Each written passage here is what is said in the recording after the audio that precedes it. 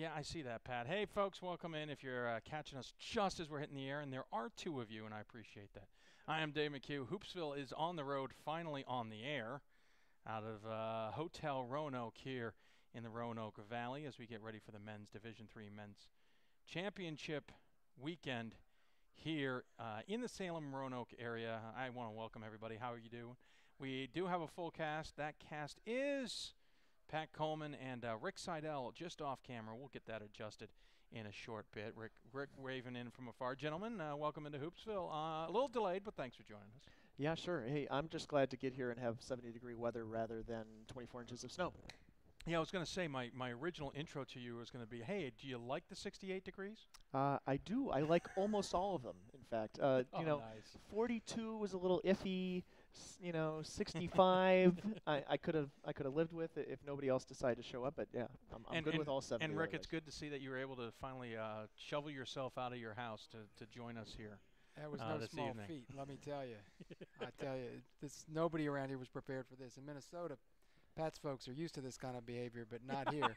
That's right. Behavior, exactly. Oh, my God. I hope someone scolded Mother Nature down here in Roanoke. By the way, a little story that I won't tell in case Carrie Harvey Coder is listening by chance, but it's kind of funny to hear back some of the stories about that blizzard. Watching the archive later, I'm sure, in his copious spare time. Exactly. Let's just say goalposts weren't exactly aligned for one of the end zones in that game. I tell you what, though, Jeff Shebler looked great. Yeah, looked awesome. He did. The field looked incredible. Yeah. It did. No, it did. Actually, when I turned on the game, I was shocked. I'm like, yeah, it looks fine. And then you see the snowbanks in the background. Okay, they did get snow. That was though I did notice amazing. The logos were practically wiped right off the field. Hey, but you you sacrifice something for a game, right? Yeah, that was truly remarkable. The effort put in by that crew over in Salem Stadium to keep that thing clear. I don't know if you could see this on the. No, not really. Of course, they're doing a heck of a job getting ready for that. Getting the Civic Center ready for this weekend's games. Of course, we got some big ones. The 5 o'clock game. Nice segue. Yeah, thank you. 5 o'clock. That's what I get paid the big bucks at the big station for. 5 o'clock game will be, of course, I just lost my train of thought, Guilford versus Williams. And in the 7 o'clock game, University of Wisconsin-Stevens Point versus Randolph-Macon. Argumentatively sake, I think the 5 o'clock game is the one I'm looking the most forward to. Not that I don't like both games, but I'm really looking forward to see Williams versus Guilford as you see Rick take a seat behind behind Pat there. I get to sit at the adult table this year. You do. Welcome in. Well, also, if you just jiggle this mouse every once in a while, it's your auxiliary lighting to keep your face somewhat visible on camera. And by the way, and now we got something that no one's seen in a while on our show, our little crawl running on the bottom of the screen. I'll get our I am running here shortly as well. Again, Pat Coleman, myself, and Rick Seidel joining us. If you have any questions for us, email us at hoopsville@d3hoops.com. That's hoopsville@d3hoops.com. You can also join us on the chat line. That is I am available. That is Hoopsville 2000 on your AOL IM. There is a chat room that is probably a buzzing. I haven't opened it up. I'm doing that as we speak. Certainly would love to hear from you in there if you've got any questions or comments about us.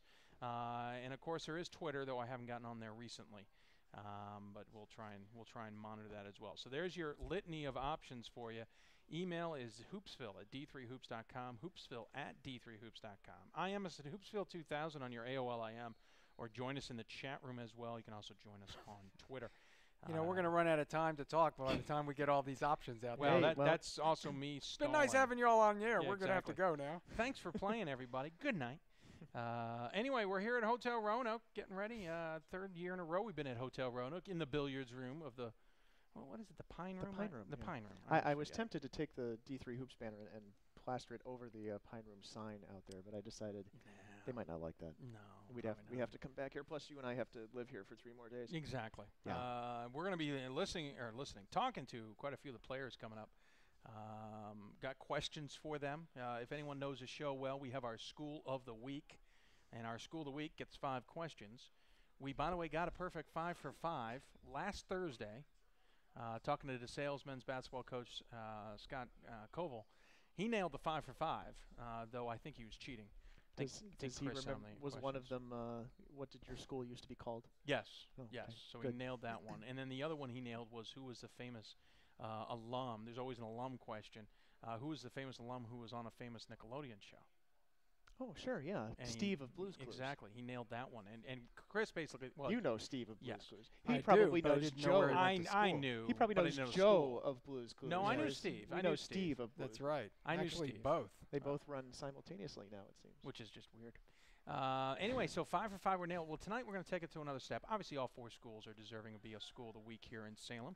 So when the representative player enters the room, we have 5 questions about his school. I noticed some are tougher than others, but we'll see how they do along the way. So lots to cover. Hopefully lots of players to chat to. May even get a coach in here if they remember where we are. Lots of going on in the Salem area. Guys, let's look at a little bit at the games. We'll obviously do some of this tomorrow too. But for those who are listening in, I'll do it three question part for each of you. What's the game you're most looking forward to?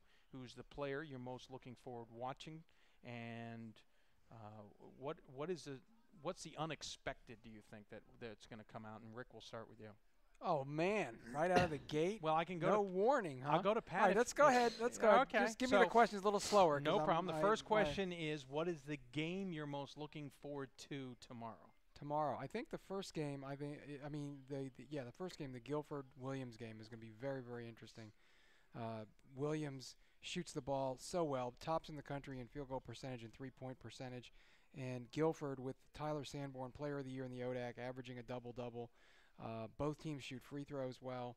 Both teams are fundamentally sound. I think that's going to be quite a matchup. The big three of Guilford, Henson, Bonner, and Sanborn against the lights-out shooting of Williams. That's going to be a really good game. No, I agree with you there. Okay, the next part is, who's the one player you're most looking for? Or should we go person by person on the topic? Maybe? We could if you want. All right. Ooh, what I know, tricky. jumping I'm in. calling an audible here. Calling Yeah, an audible wow. on a night that we've had plenty of audibles. 2. Yeah, seriously. Okay, Pat, what's the game you're most looking forward to?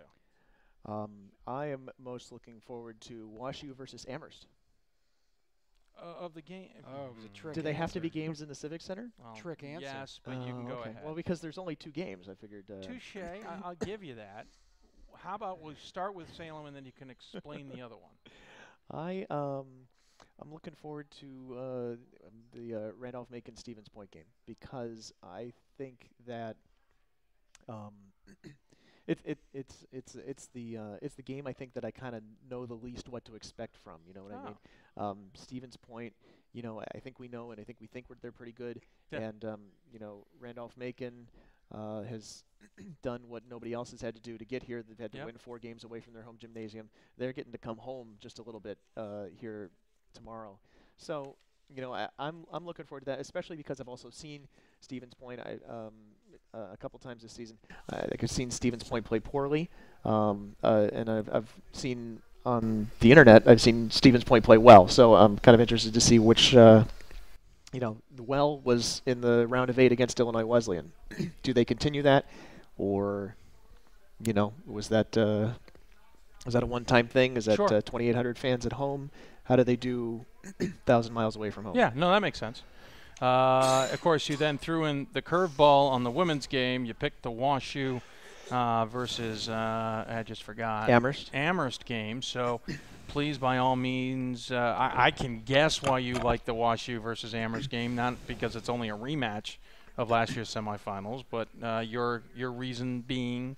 I think that Amherst has the fate of a region, if not a half of the country, kind of riding on their shoulders, where the Northeast hasn't won the women's national title since 1986. The eastern half of the country, which is Northeast, East Atlantic, Mid-Atlantic. You see how I did that? Of course, That's I did it backwards. Yeah, they're all looking at the West Coast right now. You just try. You know, NYU in 1997 is the last one in this half of Division III. You're trying too hard. I know. You see, and over here we have a front. It's the only one that is the last one that's won a national title. Sure. And they did it at home on a last-second buzzer beater, beating Wisconsin Oshkosh. So, you know, we often come into the Final Four on the women's side and thought that, you know, said team could do pretty well. We think that about Amherst. We thought that about Bowdoin, and Bowdoin got to the national title game and played well. But, you know, a team that was unranked coming into the tournament and was a runner-up in the OAC. You know, beat Bowdoin. Surprise. Yep. So, you know, I think that Our colleague Gordon Mann will probably talk to him later about this if we could still squeeze them into the show. If we can find a way to make them get on the air. Hi, holding the phone up to my mouth. Yeah, actually, that's with a wireless could work. He says, basically he's not going to vote a women's team from that half of the country #1 until they win the national championship, which, and I'm paraphrasing, and I might not quite be getting that right, but that's basically, it's a long streak of, not getting it done in the championship game. And Amherst struggled against WashU's bigger inside players last time, and they're a year older, and who knows? Yeah, no, it makes sense. Let's go back to the player you're most interested in watching, and Pat, I'd love to have you try and figure out how you're going to get a girl into this one, simply because you're not going to be watching those games. John Hoke. But we'll Nate Montgomery. I don't believe we heard. I don't believe we heard. Oh yeah, I'm the host. Actually, okay, what does that I'll mean? answer that. I'll answer that. I'm actually most interested in seeing both games, but really on the side of two different reasons. Really good basketball, I think, and just really great matchups in the first game. I think that Guilford versus Williams. We heard Coach Palumbo say that they're similar teams in his mind. I'm looking forward to seeing where those matchups are. I'm really looking forward to the second game because I don't know how Stevens Point and Randolph-Macon will match up. I watched them both in practice. I've certainly seen a couple games recently of Randolph-Macon's, and I'm kind of curious. The practices make me think Stevens Point's going to dominate them, but Randolph-Macon last weekend showed me that they can find ways to win, and I'm really looking forward to that second game to see, okay, what's going to pan out in the long run. And both games are going to be great, but that second one's got me intrigued, at least a little bit. Player you want to watch, Rick, or looking forward to seeing? Player I'm looking forward to. Before speaking with the coaches today and watching practice, I would have said Blake Schultz because I haven't had the opportunity to see him, the Jostens Award winner, averaging like 19 points a game for Williams. But after watching practice and listening and interviewing Coach Maker, I am really interested in seeing James Wang. Ah, you stole mine. You James stole mine. Wang, Taiwan native via Australia, who has made dramatic improvement from last year to this season. And Coach Maker was all over how this guy has improved and what an exciting and intelligent ball player he is. So I'm really looking forward to seeing him. Pat, yours? Corey McAdam of Nazareth in the All-Star game on Saturday morning? No, tomorrow. Well, he just took Wang. I think we'll see McAdam tomorrow. He just won't be playing. Did you get in trouble in school for not following directions a lot? I'm just trying to. It's like your wife must love this. It's a good thing I'm 1,200 miles away. What could I say? But I'll be honest with you. I'm really intrigued about the All-Star game, and there's going to be a lot of players there who never seen, and now I was going to get to the All-Star game. I wouldn't have had it. So you know. We wouldn't have had an opportunity to see some of these guys. So I'm glad that there's going to be an event like this. I'm glad that they've gotten some of the but if someone top was seniors holding in Division III basketball. a gun to your head and said there was a games tomorrow and who's the most intriguing player you wanted to watch, what would the answer be for that? Well, James Wang. So that's the problem, is he took my guy. But again, we've heard about. I'll give you a different one so you can have Wang. Well, that's okay because I think he wants to have Wang too, if you know what I mean. So. Boy, that's a straight line, but this is a family show. I'm trying to bite my tongue hard. That hurts. And of course I've seen Wisconsin Stevens Point, so I could scratch them off the list. And we've heard good things about Nate Robertson, the freshman for Williams as well. But I just think the comparisons that James Wang has been drawing to some of the great Division III point guards in recent history, I want to see this guy play. Yeah, no, I agree with you, and Wang is certainly the guy I was going to answer, but I'm going to actually jump on a different. Obviously, I've seen Guilford play quite a bit, and I've seen Randolph-Macon play recently, so I'll go with the Pointers, and I want to see Lewis Hurd. I've heard great things. I've certainly seen some video, him and Matt Moses, but really Hurd, I think, because I want to see how he matches up too inside. I know he's not the tallest guy down there. But he's certainly the one who's going to have the target, and I'm wondering, will Guilford put Sanborn on him maybe, just to try and, shut him down?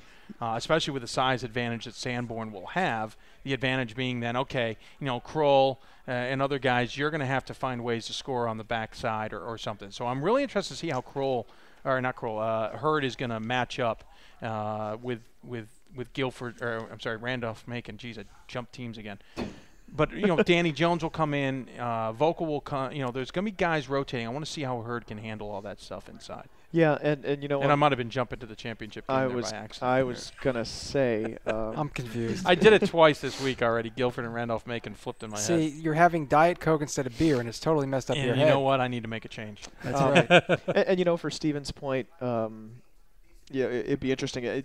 Even if we were obviously talking about a completely theoretical Hurd-Strong matchup, Strong's going to have to be able to. Or Sanborn. You did it again. I did it again. I need to have not Rick, the you would love this. We were traveling down here last night. He goes, first team All-American. Not like it's not that big of a surprise, I guess. No, we were just Strong's discussing. Be our first team All-American. Well, that's what he says. He goes, what do you think, Strong or somebody else? We were talking about some other things. He goes, Strong or so-and-so? And I looked at him and said, well, I'm not really sure how Ben's getting into this conversation. He looked at me and goes, what do you mean? I mean, Ben's pretty good. I'm like, well, did he come back from 2 years ago? Just because he's out of eligibility? Is that a problem? Yeah. Well, the Israeli Premier League is just kind of an extension of Division III. In some senses, it has been. Anyway, Sanborn. No, I agree with you. Sanborn versus Hurd inside. Jet lag will do that. This is why I got kicked out of ODAC country. Pat Coleman, Rick Seidel, and myself here, Hoopsville, live from the Pine Room at Hotel Roanoke, waiting for the players and teams to return from their banquet, which is always a good time, so I've been told. I haven't had a team in the hunt, so it doesn't matter I haven't to me. been in about a decade, actually. There you go. Email us at hoopsville@d3hoops.com. That's hoopsville@d3hoops.com. You can also IM us at hoopsville2000 on your AOL IM. That is hoopsville2000. Join us in the chat room.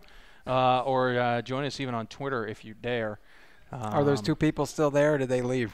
I think they're still there. In the chat room or on Twitter? Twitter, I got a couple hundred, so I feel good about that. Maybe even 1,000 now. I'm not sure. Again, Guilford versus Williams in the first game at 5 o'clock, and then at 7 o'clock it'll be Randolph-Macon. Guilford will not be playing a second game there against Stevens Point. At least not tomorrow. At least not tomorrow, no. I said this with Bob Quillman last week, and I'll say it now. It's almost too bad we don't have the consolation game this year around, and I don't mean that from the All-Star. I love the All-Star game. But it's almost too bad with these 4 teams here. You almost want to see that other game. I think it would definitely be interesting to see one more game with this group. Most years, like last year, I didn't care. Yeah, the way the bracket's been. Well, actually, those were evenly matched teams in the third place game last year because any game not involving WashU had a shot of being a decent game. Was it Coach Palumbo during your chat with him said, or we were chatting with him at one point, he said, we played really well, except we ran into a buzzsaw that was WashU. And he said they were just unbelievable. Yeah. And they were just so dominant. Yeah, that team and the 05 Stevens Point team are two of the most incredibly talented up and down the roster ball clubs that I have ever seen at this level. They're really impressive. Pat and I were talking about that 05 Stevens Point game. They beat York, blew them out of the water. And then the Rochester game was close at halftime. Then they beat Rochester by more than they beat York. Yeah. I mean, Bennett caught fire in that second half. Kelso was already playing well to begin with. Blowout 1 versus blowout 2, it doesn't really matter to me. No, I'm just saying, but I'm amazed by the halftime. That was a close game. And then they came out of that second half, and Rochester had no idea what hit them. Yeah. And that was probably one of the best teams I had seen here besides, that WashU, and completely different squads. Yeah. Nothing similar about those two programs. That's true, yes, indeed. Stevens Point beat York by 23 and beat Rochester by 24. So congratulations. Your point is by a point. So valid. My point's by a point. Completely different style points of game. By appointment. 24 versus 23 point. That's pretty impressive. Yeah. Well, but that was the thing. Kelso, Bennett, you had 2 dominating forwards, maybe guard. Whereas WashU, at least the second run, more guard orientated. The first one had Troy Roos. They had a completely different look of a team the second time through. Yep. And but I think both teams were very physical. Yeah. Both teams banged hard. They were very fundamentally sound. and they made you pay for mistakes. So in that sense, I think there were some similarities. Rick Seidel, Pat Coleman, Here. myself, chatting it up. Ding, ding, ding. Waiting for players to get back. I know we got a couple that will probably be coming in. Hopefully you're going to hear from Tyler Sanborn. Looking forward to possibly, I'm going through the list in my head. I don't know who else we arranged. Vocal, I believe, from Randolph-Macon we hope to hear from. And I'm not sure the rest, to be honest with you. And quote-unquote see here in the darkness of the Pine Room. Yes, we will hopefully see him. Rick, you've obviously watched the ODAC quite a bit. You're our ODAC guy. Are you at all surprised, even though they set it up to have the possibility of this happening, are you at all surprised that 2 teams from the ODAC were able to get here? Yes, in a word. I mean, the odds of any league getting 2 teams here are not that great, not that high. But given, Macon is not in terms of individual talents.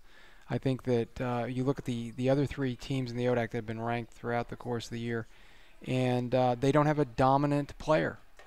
They don't. Virginia Wesleyan had Stephen Fields, and Guilford obviously has the big 3. Eastern Mennonite has Todd Phillips and DJ Hinson, but the Randolph-Macon team is a very blue-collar ball club, and so it surprises me that 2 teams are here, and it shows the respect and the Nathan Davis deserves and his team deserves because of how hard they've worked to get here. So I don't mean to disparage them at all, but if you just looked on paper, you'd be, if you wouldn't have picked Macon as your first choice as somebody who would have gotten here. Yeah, nobody first team all conference. They didn't nominate anybody for all region because they had just one guy in the first 2 teams all conference. It's a balanced group, and I think that was. Well, actually, I know that was because I was the one who made the decision. That's why Nate Davis was our regional coach of the year because he's got his team here. And even if he didn't get him here, he got them to the tournament without an all-region quality individual talent. And doing in his first year, inheriting a team that was not his, obviously, and in his first year being able to accomplish this, very, very impressed with what Macon has been able to do. And they've been able to do, different guys step up every game. I mean, Eric Pugh in the last game stepped up and scored big for him. He's certainly maybe their most consistent player because he's the guy handling the ball. He's going to have to set up everything, and if it's not working, he can score from outside.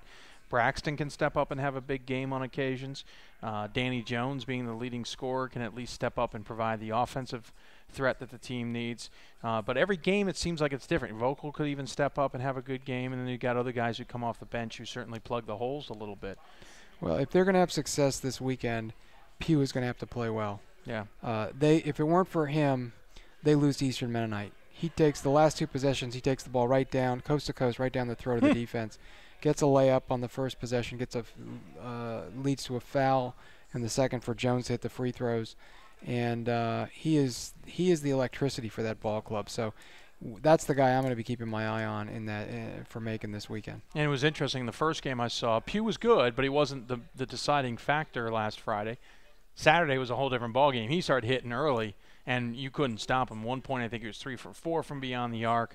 At one point, he was 4 for 6. I mean, he was definitely the catalyst for that game, and certainly got them past Franklin and Marshall to get here. Pat, you've seen Stevens Point. This is a team on the first weekend. You even stated, they didn't really play really well here. They got to kind of turn the corner. Practice was high intensity, very aggressive. Certainly no lack of effort. But can they translate that into a game against Randolph-Macon, or were some of the things, or what were some of the things that first weekend that concerned you that we should look for, maybe? I think there were a couple of issues. One was they went through long stretches of time without taking good shots or without scoring, first of all, and they don't have necessarily the one guy who can come in and automatically take over the game. Matt Moses is good offensively. Jared Jenkins is good offensively, et cetera, but if you have one guy to make the big shot, I'm not sure they have that, or if they know who that is necessarily. I think some of the other things were, defensively, they got a little unaggressive I don't want to say soft because that's got a different On connotation. their heels. Yeah, I mean, yeah, they were Flat. Flat. There we go. Flat defensively. Carleton, for example, made some big runs at them, and Carleton was not a particularly gifted team in terms of talent either. They had a couple of really solid players and a guy who might be an all-region type of guy next year. If they weren't big, and they had a couple of guys who could shoot, but there were big stretches of time where Carleton had a couple of guys on the floor at the same time who just wouldn't score and couldn't score, and you knew they couldn't score, and still. Stevens Point had trouble putting them away, all the way down to the fact that Carleton had a chance at the last shot. So I think those were the things that it just. They're going to have to keep that intensity up at all times, I guess. Yeah, and that's the puzzling thing too, is because Stevens Point was playing at home, right, with 2,800 fans, yeah. And they make some noise in that gymnasium, and they just maybe I don't know if intensity was an issue, but it just is like. They went on cruise control and not in a good way. Talking to Rick Seidel and Pat Coleman, I'm Dave McHugh. You are listening to Hoopsville, special show from the Pine Room here in Hotel Roanoke, waiting for the teams to get here from their banquet. I always wonder how good a meal they fill those guys up with the night before the two biggest games to be played of the season to this point. But by the way, Rick, is that, or Pat, you'll know too, is that held over at the Salem Civic Center? Yeah. I believe it is. It's in the same room that the Justins same room. Is in. Anyway, Salem, got questions for Salem us. Catering, we should give them a plug. Yeah, I've heard it's good food, actually. Yeah, they're one of our sponsors for Roanoke College basketball. We got to give them a plug. Well, there you go. Very nice. Yeah, they actually do a really nice job with the food over there. In fact, we've been over there for some conferences and things at the Civic Center in addition to sporting events, and they do a great job. Great staff, too. Very nice. Yep. If you got any questions for us, email us at hoopsville@d3hoops.com. That's hoopsville@d3hoops.com. IM us at hoopsville2000 on your AOL IM, or join us in the chat room, where a question, by the way, was posed as to who who we think were the best teams that never made the NCAA tournament. This year? Capital period. Capital 2002. Oh, yeah, Capital 02. I forgot about that team. Wheaton of 03, was that? Yeah. Capital in 2002, for those who don't know the story. That's the story. It is, and maybe there's more unsubstantiated story that we can't necessarily tell in air, but the facts of the matter were Capital went 23-5 that year. It was one of the years where we had about 6 or 7 at-large bids for a field of 48. Yeah. And Otterbein, of course, as we remember, was a great team that ended up coming down to Salem and winning it all with Jeff Gibbs and Mo Ross and all those other guys whose names have escaped me momentarily. Yeah. Jeff Gibbs, that's good enough. I know, but I wanted to throw one more in there. I'm telling you, you're right. Mo Gibbs Ross and everybody else. Mo Ross deserves his props. Yeah, but blonde point guard. But I have no idea what his name was. It's okay. It was 2002. Fundamentally sound. Yep. The deal is Dick Capital had Reynolds. lost. I give you the coach's name. There you go. Capital had lost the 3 games to Otterbein, twice in the regular season and once in the tournament championship, and they were left out. And all Otterbein did was march down and win the national championship by about 18 points or so. Oh, they absolutely. That was amazing. 102-84. Gibbs was Gibbs put on a show all weekend long. Unbelievable. And I think we ranked Capital number 8 in our final poll after they didn't make the tournament, because the committee had a brain cramp, I guess. I guess. At least it got different this year. Well, there you go. That answers that question. That's Next. one of them. Well, but I wanted to the answer I gave in the chat room was, of course, and we have a NESCAC team here in Williams. For years and years, the NESCAC would not allow its teams to participate in the postseason, like they still do in football. But they had there were some great Hamilton teams, for example. Remember Tom Murphy was the longtime head coach there. Was on the committee several years. Won 600 games there. A year where, and I quoted 29-1 on the chat board for this show. I'm not sure if that's the exact number, but it was somewhere in that range. They were able to go to the ECAC tournament, which was a bigger deal back then. Yeah. But they were not allowed to go to the NCAAs, and it'd be interesting to know what they would have done, because it didn't take so long. Oh, Tyler Sanborn will be here soon, Twitter says. Very nice. Did he mention he's coming for the show? Yes. I see. That's just cool. Was he listening the other night when we were on there talking about him? Yes. Mm-hmm. Actually, the story goes, I was I I knew Tyler was following, by the way, but I was interviewing a coach, and it was during the ACC tournament. And all of a sudden I look up on my tweet, and a tweet comes from Tyler going, I'm watching the ACC tournament but listening to Hoopsville. And I totally lost track of what the coach was saying at that time because I was like, wait a minute, what? Ooh. You don't hear that often. So That's pretty cool. I'll take it anytime. So anyway, long story short, Williams, the NESCAC is allowed to go to the tournament. Trinity goes to the round of 8. Williams goes to back-to-back Final Fours. They come out and win a national championship. Amherst wins a national championship after that, and certainly the NESCAC is a force to be considered. Williams' fifth appearance here. Yeah. Yep. 90, I mean, you look at that and you're like, wait a minute, really? Yeah. I mean, and they've only been allowed to go to the tournament for less than 20 years. Yeah. I mean, it's incredible that they've had that much success, considering their limitations. Down the road. Sounds like we will have fun with Tyler Sanborn here shortly. I did get a question, though. It's kind of a loaded question, Pat, so I'll let you no, I didn't mean it that way. I will I'll throw let you step in it, Pat. Go ahead. I'll throw this hand grenade out there. Does the Final Four look different if the 3 CCIW teams aren't in the same bracket? Well, if a CCIW team is in Williams' bracket, maybe. To be honest with you, the Randolph-Macon bracket had Randolph-Macon, and it had F&M and Virginia Wesleyan and William Patterson. Yep. But I'm not sure. I don't know. I mean, Wheaton, they won a game. They looked pretty good doing it. But it didn't become a factor until the two had to face each other in the Sweet 16. I think we'll know more after it's done. The last team standing out of the CCIW lost to Stevens Point, and was the only team that Stevens Point looked good against all tournments. Right. So. They might be able to discount that a little bit, but it was a great year. But at the same time, they moved them pretty far apart. I mean, it happens. But, I mean, it wasn't like the CCIW had dominating teams like the ODAC or dominating teams like the WIAC this year. You had Carthage playing very good basketball and finished on top, and Illinois Wesleyan and Wheaton kind of, I would say, average for their normal situations. And maybe Illinois Wesleyan playing above average for their season. Wheaton maybe playing or was ranked above average of what they maybe were at the beginning of the season. So, I mean, it's not like the CCIW was as strong. And Bob Quillman has it was a down year for them. Yeah, he said this quite often. It's not as like the CCIW this year was as strong as we normally are used to. So let's take the fact that there were 3 in the same bracket and with a grain of salt, a grain of sand, or whatever you want to do. And I'm not jumping on the CCIW being spread out, because I don't think they deserve to be spread out this year. Could a CCIW team have beaten Randolph-Macon on a neutral floor? Sure. Probably. Could they have beaten Williams at Williams? Probably not. No. On a neutral floor, I think so, because Randolph-Macon could beat them at home. Right. And certainly that specious analogy I just drew might almost mean something.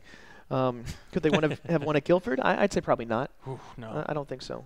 Has anybody won at Guilford this year? Yes, Eastern. That's right. Eastern Mennonite by 29. They were up by 30 at one point in the second half of that game. But of course, Eastern Mennonite had its inconsistencies too. Well, the problem with that game was that Guilford couldn't make an outside shot. They sagged everybody all over Sanborn and forced Quakers to hit from the outside, and they didn't. Which is what I've said is, that's the, everyone's like, well, you just double team Sanborn. Okay, go ahead, but then make someone else hurt you, and they're going to hurt you. And that was probably the one instance it didn't work. So to answer Roop's question, no. I don't think it would have made a significant difference. No, I think the lineup is similar. You might have had a difference of one team, maybe. And I don't even think a CCIW team would have been the one here.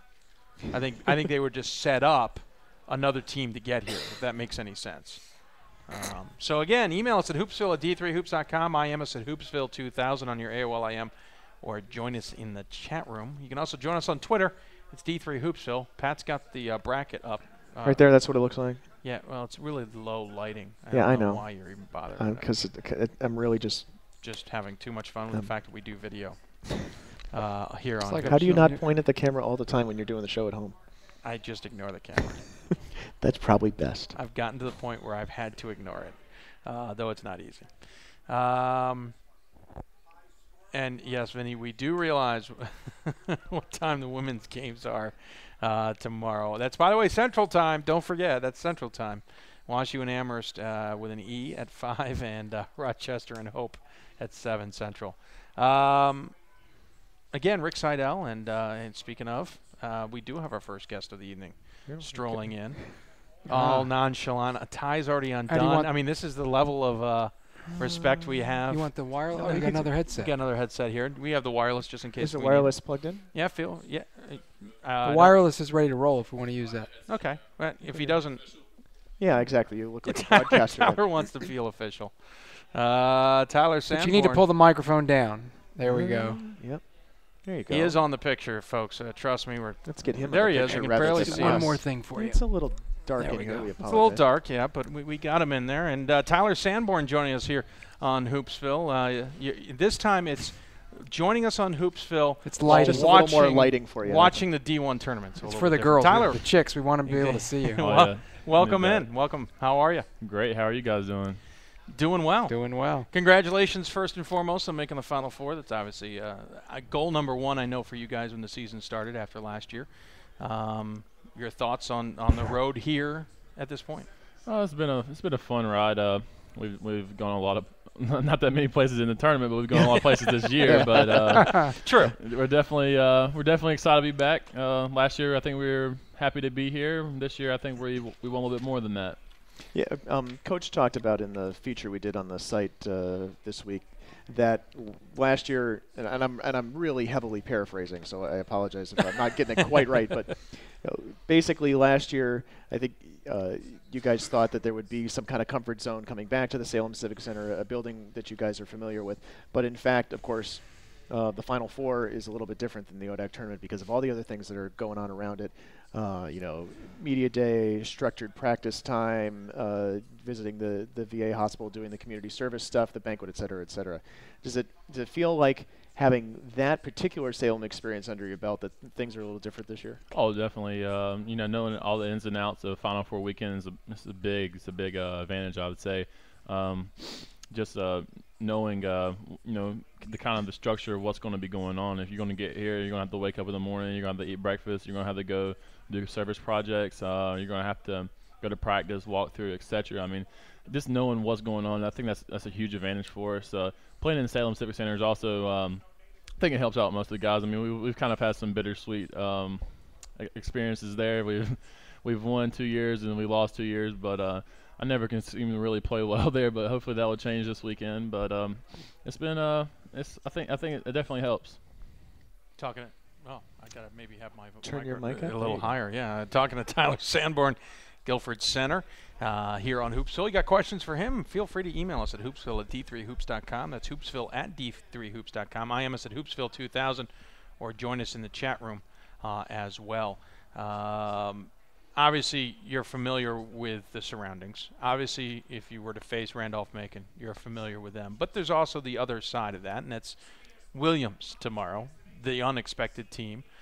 Have you gotten anything from either the game they played against Randolph-Macon early in the season, any video you've gotten a chance to watch this week, or anything you've learned about them in the genre that has been them at the top of the polls, or near the top of the polls for most of the year? Most of the stuff I hear about them comes from you guys. So That's not good. That's one of those teams that Williams is glad to hear that. Yeah, I know. Well, phew, they don't know about us. Well, I mean, that's one of those teams you don't really hear that much about because there's, they're pretty far up there, I guess. I mean, we watched film on them, obviously, but I mean, they have some tremendous players, and Blake Schultz, I know he won the Jostens, obviously a smart guy too. So hopefully he won't be playing too well tomorrow, but I mean, I know they have some great players, and they're a really respected program. They've been here before, they've won championships, and I really have all the respect for them in the world. But tomorrow, I hope that we come out ready to play and take care of business. It seems like the big men inside are a little bit different style for Williams than you are. Yeah, I mean, I think I'm a traditional, back your man down, back to the basket kind of guy. They're more of a throw it to the high post, playoff that kind of stuff. They turn a lot of stuff down. They have like a really unique, but we've seen the same offense in Hampton Sydney. We played Hampton Sydney this year. They gave us some trouble with that offense, but those guys, they run it pretty well. Obviously, with a 29-1 record, I know they're going to be very good. And it's obviously been successful. Tyler, I've had the opportunity to watch you throughout your career here, and one of the things that you had struggled with in the past, free throw shooting, but recently, it seemed that you were more confident, more comfortable shooting the ball better. Yeah, I mean, free throw shooting for me, I really don't know what the deal is. I mean, in practice, I seem like I hit them all, but I get out there and I don't know if I just think about it too much but this is having confidence. Coach tried to change up my shot. Well, my assistant coach tried to change up my shot. Well, I'm not going to give the credit to him, but he tried to change up my shot a little bit early this year, and he had me shooting them one-handed in some scrimmages, and I was like, Coach, I don't know about this. And I was like, because I got out there and I was just like, I look stupid. I mean, I was like, right. Everybody was like, what is he doing? I was like, and I mean, I didn't know what I was doing, but I think it kind of helped me in the end because it got me more lined up with the basket, and I was following through better. But I mean, they've always been a struggle. Even in high school, I was pretty terrible, but I think my percentages increased probably every year a little bit. And I think that the latter portion of this year, particularly in going into the postseason, the percentages have gone up even further for you. That's what I told Coach. I said, Coach, I mean, I don't hit that many when the game's not online, but I mean, when it comes down to big games, I feel like I have all the confidence in the world to make them, and I think it matters to hit them all the time, but my points per game average could have gone up a little bit, but just making them when it counts, kind of my thing. Talking to Tyler Sanborn, center for Guilford.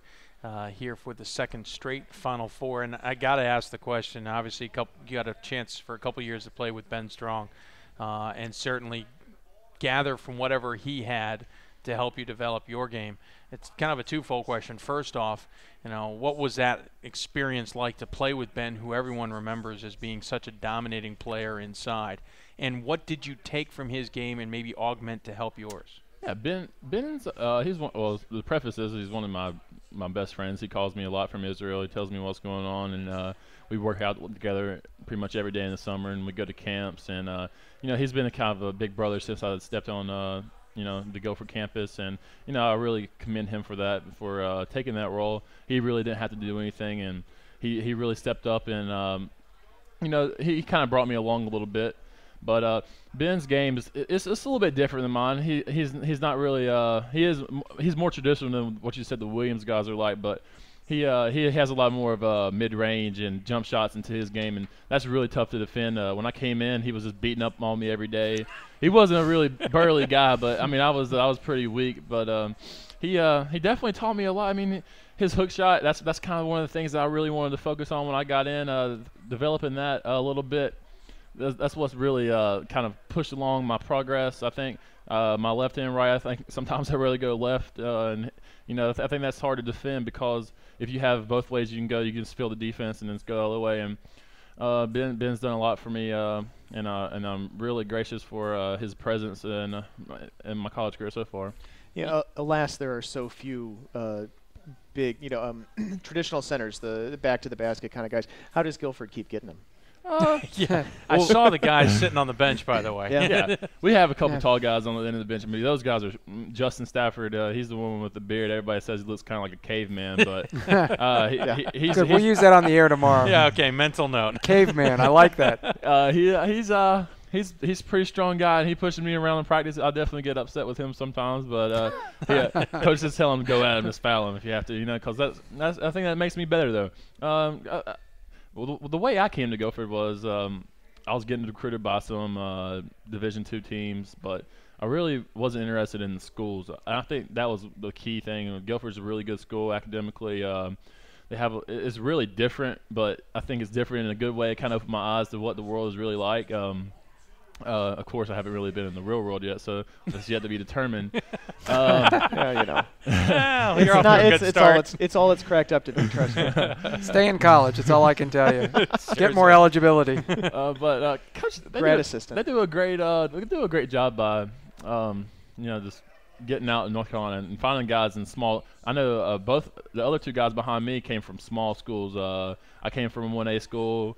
Josh Best, he's a freshman, 6'11". He came from a 1A school, and they go out there and find those kids, and then we see as recruits, and they see what they've been able to do with Ben. That obviously started that off, and I feel like I've stepped in those shoes, kind of, not as quite as much as Ben has, but they have a history for developing big men, and I think that's a determining factor. With the kids, Josh Best, his dad used to play at East Carolina, so he understood like the development part. His son, wasn't as strong and didn't have quite as many post moves, but he's come, fourfold this year. He's doing really well. I think he's going to be a force in the next few years. Maybe not as quite as much as Ben or me, just because he hasn't been in the weight room as much. But once he gets in there, I think he's going to definitely be all right. Question regarding Ben, but only in a comparison sense. When Ben played, he had Jordan Snipes on the outside, and everyone knows if you had to have a shot from midcourt, Jordan would hit it for you. But or full court, or full court, or anywhere in between outside that three-point arc. You've got the advantage where you've got two guys in Rhett Bonner and Henson. Talk about the difference there for you. Obviously, you see double, even triple teams sometimes. Oh, yeah. What's the difference for you in the sense of being able to have two options on the outside? Yeah, well, I had the opportunity to play with Ben. I mean, Jordan too. Jordan was a great player. Mm-hmm. He sent us to the Elite Eight. I know you were there for that. My voice is still recovering. I've heard, yeah. That was a great game. And he stepped up and made a lot of shots, and he was really hard to defend. And he did a lot of things, taking the ball to the basket. But Clay and Rhett, I mean, I can't really say enough about those two guys. Not only are they great people, they're great basketball players, and they don't care about getting points or assists. They care about winning, and I mean they're going to get their shots up, of course, but they do it within the scheme of what we're trying to do, and it changes game to game. We play different teams, and the coach will say, we want the ball inside early, or we want to work it outside, and we'll try different things, and those guys. Everybody knows their role, and we kind of fulfill those roles, and I think that's what makes it successful. One of the things that's always impressed me, Tyler, about watching Coach Palumbo's teams, particularly once he had his own guys in there after being there for a few years, was the people. You talk about people knowing their roles. People call it chemistry. You call it a lot of things. But the guys seem to really embrace making a contribution, however that is, and there seems to be this real unity. Is that accurate? Oh, that's definitely accurate. My freshman year, I stepped in and in my high school, I was the man, obviously, because, I was huge and nobody else around me could really, it was like flies. But I stepped in, and my role was to play defense, take charges, get rebounds, block shots. And it wasn't the score, and I was happy with my role. I came in, I was like, man, I hope I made the team. Yeah. And I didn't want to be on JV, and I got in there, and Coach gave me a chance to play a few minutes a game and back up Ben. And he wasn't coming out very much, obviously, because the kid had averaged 25. There were times you guys got in there at the same time. Well, working towards the NCAA tournament, Coach came in one day, and we were playing up at John Hopkins, and I got in there with him because one of our other forwards got into foul trouble, and we played pretty well together. And Coach comes in the next day at practice, goes, Tyler, you played pretty well. I think I had my career high, like 10 points or something at the time. And you're beating that by a little bit. Yeah, and he said, you played really well, Tyler. And I was like, well, thanks, Coach. He said, I think I'm gonna start playing you and Ben some together. And I was like, okay. And I was like, he's like, no, the over top pass. We got that right. I was like, yeah, Coach. Whatever. I just want to be in there, but sure. Yeah.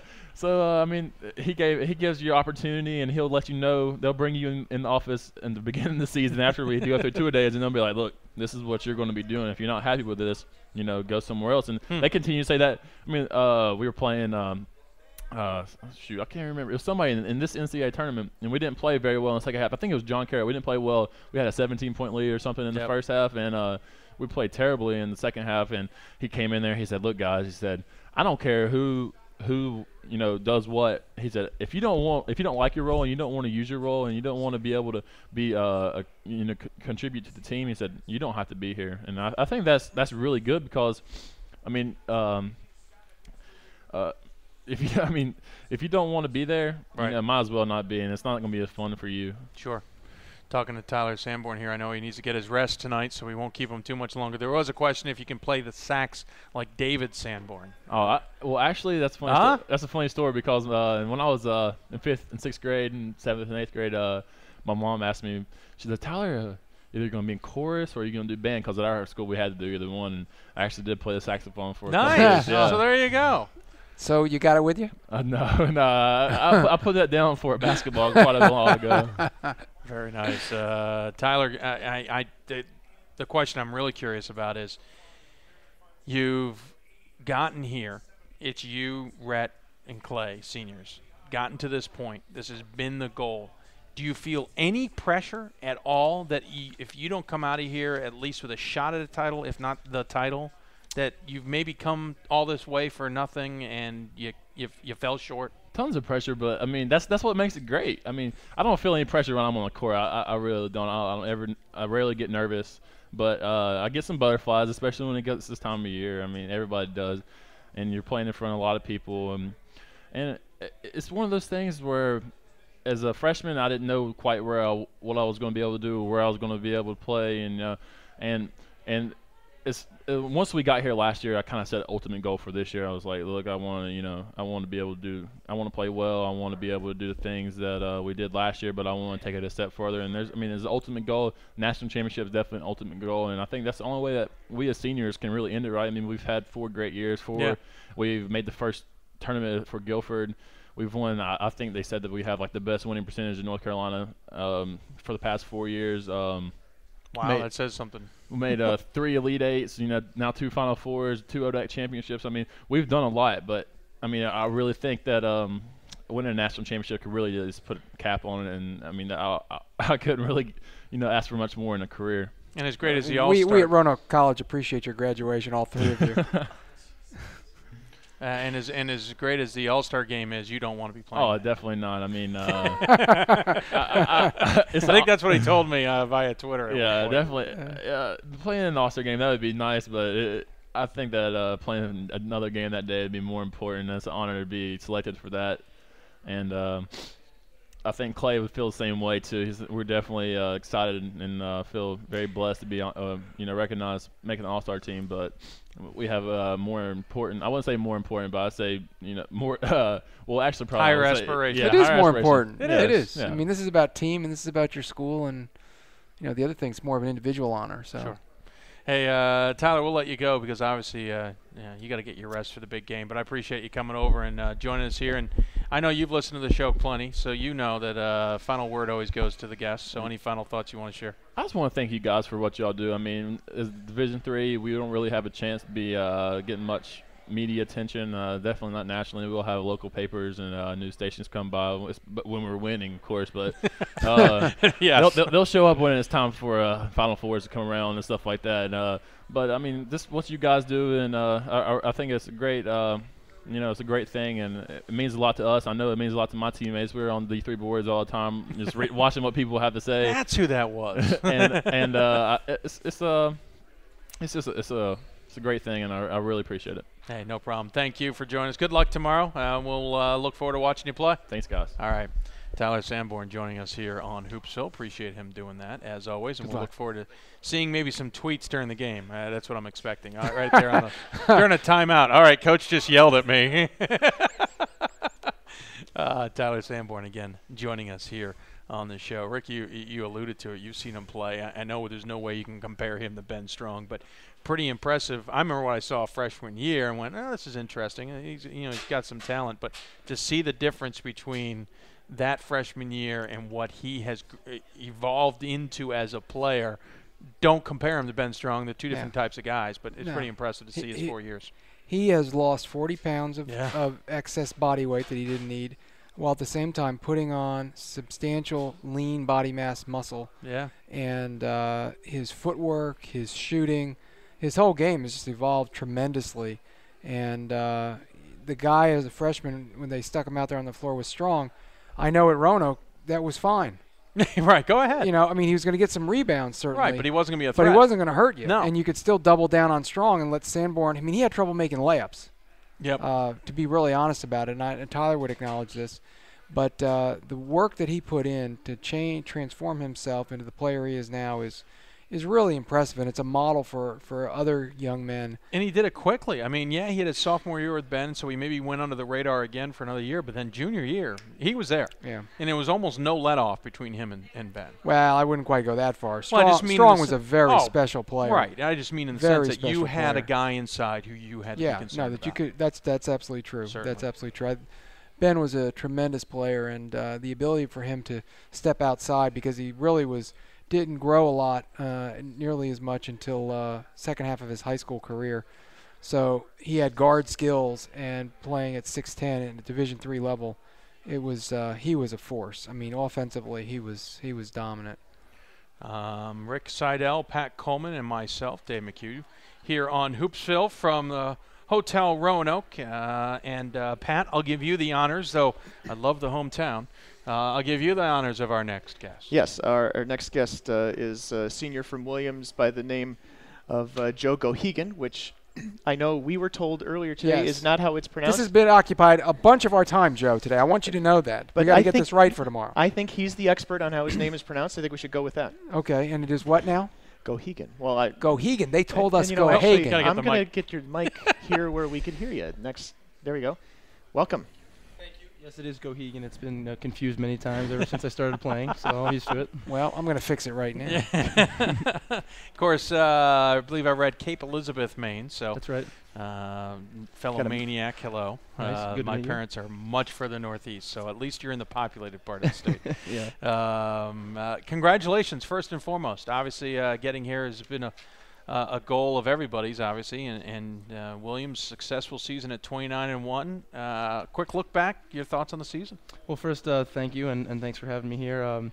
Yeah, we have a particularly large senior class this year, and we've really come together and had good chemistry throughout the year. And being here just sort of validates the 4 years of hard work that we've put into it. You know, we have alumni come back to Williams who were on the 03 and 04 teams that were here, and no pressure there. Yeah. They sort of constantly are rubbing it in our face, and it feels good to actually be here. And I just can't wait to get out there and play tomorrow. Yeah, the rubbing in the face, not so nice. Yeah, at least you can say you've been there too now. Yeah, sometimes they'll come back and they'll be wearing their rings, and so you know it's good to finally be here. You ever try to ask for what it feels like on your finger, and then just walked away with it? No. Hopefully. On Saturday, if we're fortunate enough to win, then maybe I can have one of my own. There you go. You know, at Williams, national athletic success is, something that happens fairly frequently. You guys have been, whatever the Directors' Cup is called now, the school has been at the top of the standings for umpteen years running.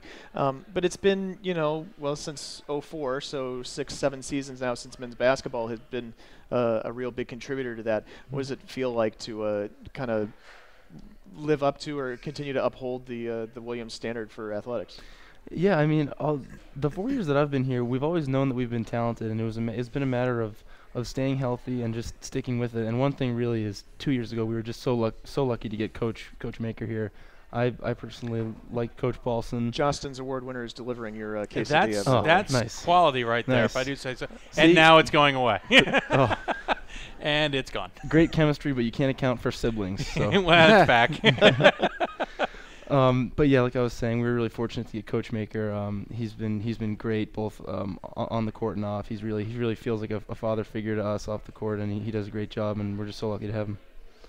I know we're going back a couple years back to last season, but the coaching change. Back 1 year. Well, it's a year and a half though. It's almost 2 years. It's 2 seasons. True. When basically you guys met him and then jet set it off to Italy. Yeah, it was a strange experience meeting him in Logan, and I actually. Hi, this is your new coach. Yeah. It was a good thing you all showed up at the right airport at least. Yes, Right. it was very strange. I was fortunate enough to sit right in front of him on the 10-hour flight over. So I think he actually drew up some plays on a napkin. I wasn't really following it, but we got over there and we had one practice, and all I remember from the practice was he had really funny names for all the plays. It felt like I was in a zoo. We were like jungle, bear, rhino, all these crazy names, and I was wondering where they came from, how I was ever going to remember them, but they finally sunk in. So This year. that's Still yeah. using They them? got them in this year. Yeah, some of them. Yeah. It's got to feel awfully good for you this year after the struggles you had with injuries last season. Yeah. The team played so well anyway, though. But it was really frustrating. I played the first game last year after coming back from a knee injury, and then in early practice I broke my hand pretty badly and had to get surgery. And then when I finally was able to come back, I broke my leg against one of our rivals, Middlebury, and I wasn't able to play in the conference semis against Amherst. And those are my favorite games playing against Amherst. That's always been a great rivalry. Shocking. Sure. Yeah. And it just made me really mad. But I worked pretty hard over the summer and in the fall, and me and Blake and the other seniors had the rest of the team commit to working very hard, and it's paid off. It feels good. It's certainly impressive to get here. I like to throw that now in all the time just to see if people are listening.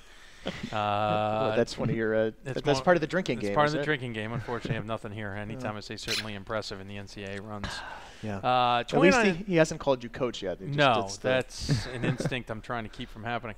29-1, obviously impressive. That one loss coming to Randolph-Macon, who's obviously here in the Final Four. Losing that back in December at Randolph-Macon. Just kind of curious, how do you take that loss, internalize it, and move on to what you guys have done throughout the season afterward? Yeah, we definitely have a lot of respect for the ODAC conference. There's some really good teams in there, and we obviously saw that playing Randolph-Macon. I think our conference, the NESCAC's also very good. It was an interesting game. I mean, it was after Christmas, so I don't know if there's a little bit of rust in there.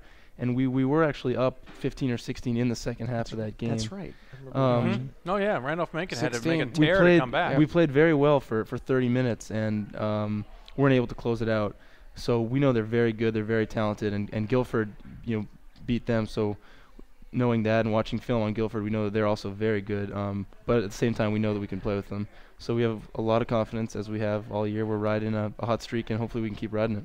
Sometimes it takes a loss, or at the very least a very narrow win, to kind of learn something about yourself as a team.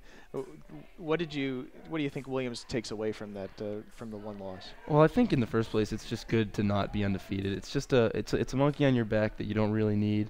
I mean, it'd be nice to have a perfect season, but it's not the end all be all of why we play. And we've been in that game and a few other close games. Amherst at home. I'm thinking about SUNY New Paltz away, and it's definitely good to have a legitimate strength of schedule and play those teams and be in battles on the road, on neutral courts, and at home. Because here, with the skill level that's here, I feel like the games are going to be close, come down to one possession, and it's important to know how to win those ones. Let me ask you about the Brandeis game too. Of course, in the Elite Eight, that was a game that was, you had them maybe not arm's length, but you had them by 5 or 6 points for most of the second half, and then bam, kind of turned it on for the last 3 or 4 minutes. Yeah, it was a grind for most of the game. 14 points is it was much closer than that. Obviously, we knew they were a really good team.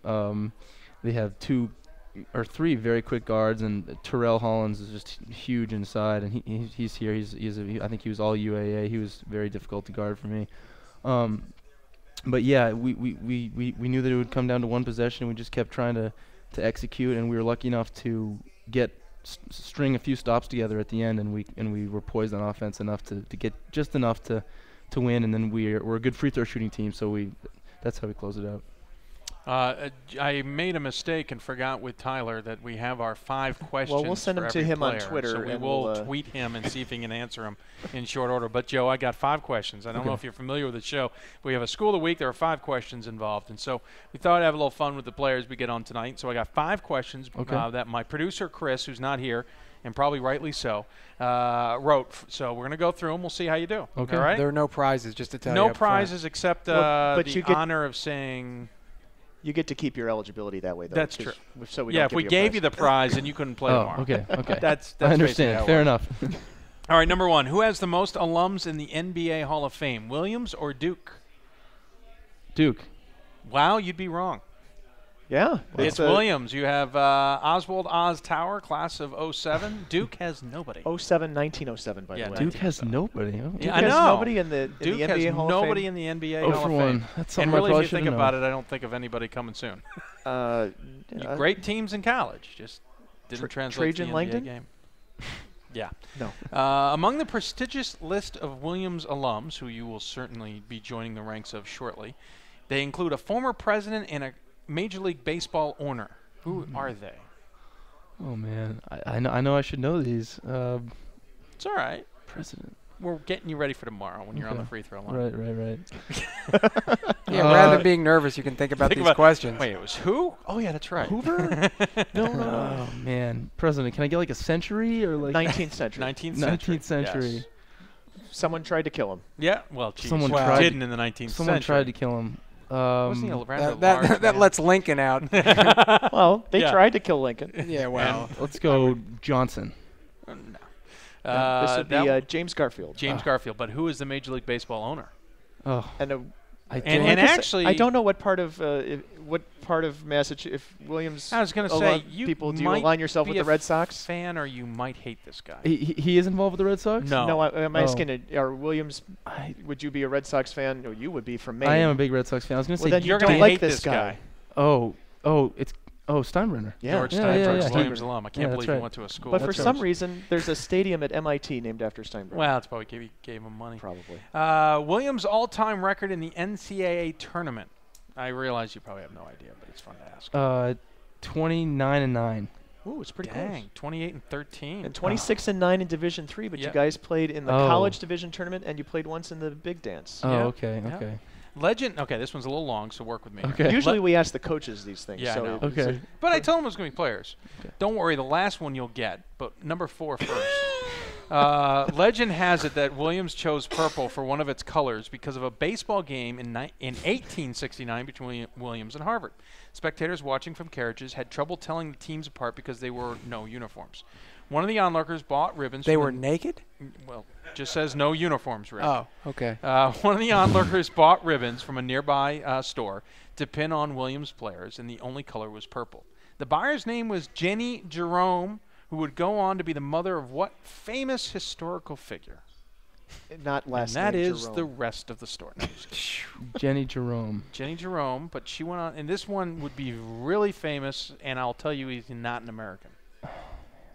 Oh, that narrows it down. And it's not Gandhi. World Oh. War II, World War II. and he was a leader, A statesman. a statesman. Person. Okay. Famous in a good way or famous in a bad way? Good way. Famous in a good way. Winston Churchill. Very good, sir. See, I was the All right. first All guess. right. Got that Winston Churchill, All very right. nice. And 5, if you get this wrong, Oh, you God. probably lose your alumni Yeah, you may not status. get Okay. any kind of ring at all. Williams' fight song is entitled Yard by Yard. According to the lyrics, through whose line is every man on every play striving all the time? You think I know our own fight song? I don't really sing Oh. that. I mean, Oh. it's The Mountains is the fight song. Well, that's what it said. Again, I my don't know. producer wrote it. Okay. Well, you probably just get a guess and you'd be right. Yeah, I Uh, mean, really, it's so through whose line? Yeah. whose line is every man on every play striving- striving all the time? On every play, In other every time words, striving. Who would you like to beat, even if you were 1-22 that season? I like to be the East. I like to be. No, Would you like to beat. beat? Oh, beat. If but you're I'd like to beat 1-22, Amherst. there you go. There you There's go. your See, answer. that's Okay. All right. I don't get these. Chris wrote. I them. thought it was can't going to help. be. For sure, I thought that was going to be North Adams State. Mass. Where'd you go to high school, by Mass the way? College. Cape Elizabeth High. Okay, I was going to make a Public school. Portland reference, but I can't. Well, sorry for throwing all the arcane questions. Yeah, at you, sorry. But I now mean, you those- can It's okay. you can go back to your classmates and say And trip them up. And again, you can sit on the line Better than and go, Duke. really, Garfield. better and than just Duke. Yeah. Yeah. Completely No, distracted. no pressure now. That's right. More NBA Hall of Famers than Duke. Hey, congratulations, obviously, on making it this far. And as always, we give the guests the final word. So, any final thoughts you'd like to share? Just thanks for having me. It's great to be here. It's an honor. Thanks a lot. Certainly. Hey, good luck tomorrow. Good luck Enjoy the- tomorrow. Obviously, you. we'll be watching. Enjoy the quesadilla. Yeah, enjoy the quesadilla. Thank you. Will do. Very All good. right. Thank Got you. any questions for us? Good Email us luck. at hoopsville@d3hoops.com. That's hoopsville at d3hoops.com. You can also IM us at hoopsville2000 on your AOL IM, or join us in the chat room. Certainly people in there chatting on occasions here and there. We'll try and get you more guests along the way. Rick Seidel, Pat Coleman, and Dave McHugh. Having a little fun here at the Hotel Roanoke. Going to be on for a little bit longer as we get ready for the Final Four tomorrow, Rick. And you know, Pat alluded to it, and we'll get to it before we wrap up the show. We obviously have the All-Star game too. But, you know, there's the one thing we saw last year was maybe an unbalanced Final Four. And really because it was an unbalanced bracket. And almost kind of said, yeah, WashU's going to win this title unless they fall down on themselves, because nobody else has had as difficult a road to get here. This year, very balanced, and look at the Final Four we got. Have you seen in your years of being in this area a better Final Four in the sense of all four teams? I think that the balance is. I think it's great. I think the balance is there. I think it's going to be a very interesting day tomorrow. I think the matchups are going to be good ones between the among the four schools. So, no, I think that it's really. I got to confess, it's tough to come up with. It seems that what we've always had is we've always had at least one semifinal that's been really exciting. Yes. But we've often had one semifinal that was one-sided. Yep, over by half. Yeah, and so, I mean, I'm hopeful with this group we're going to have 2 really good ball games, followed by one on Saturday that will be memorable. So we'll have to see. We'll have to see. I mean, we've seen some great things. Pat's not here, so it's okay to tout Catholic in that big national championship game. I don't want him to get a big head. The title that they won here. We've seen the Platteville, Hampton-Sydney championship game. There've been the first one that Stevens Point won over Williams. Over Williams on that baseline jump shot. Who tried to repeat in that game. And so, we've had some just tremendous ball games. The Calvin F&M semifinal game. Yep. The fans on their feet and out of their minds game.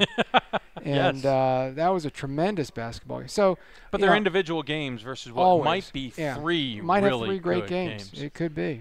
It could really be outstanding. And I'm really, really looking forward to tomorrow. Talking to Rick Seidel, I'm Dave McHugh. Pat Coleman out doing the nitty-gritty work of trying to line up some other guests for us.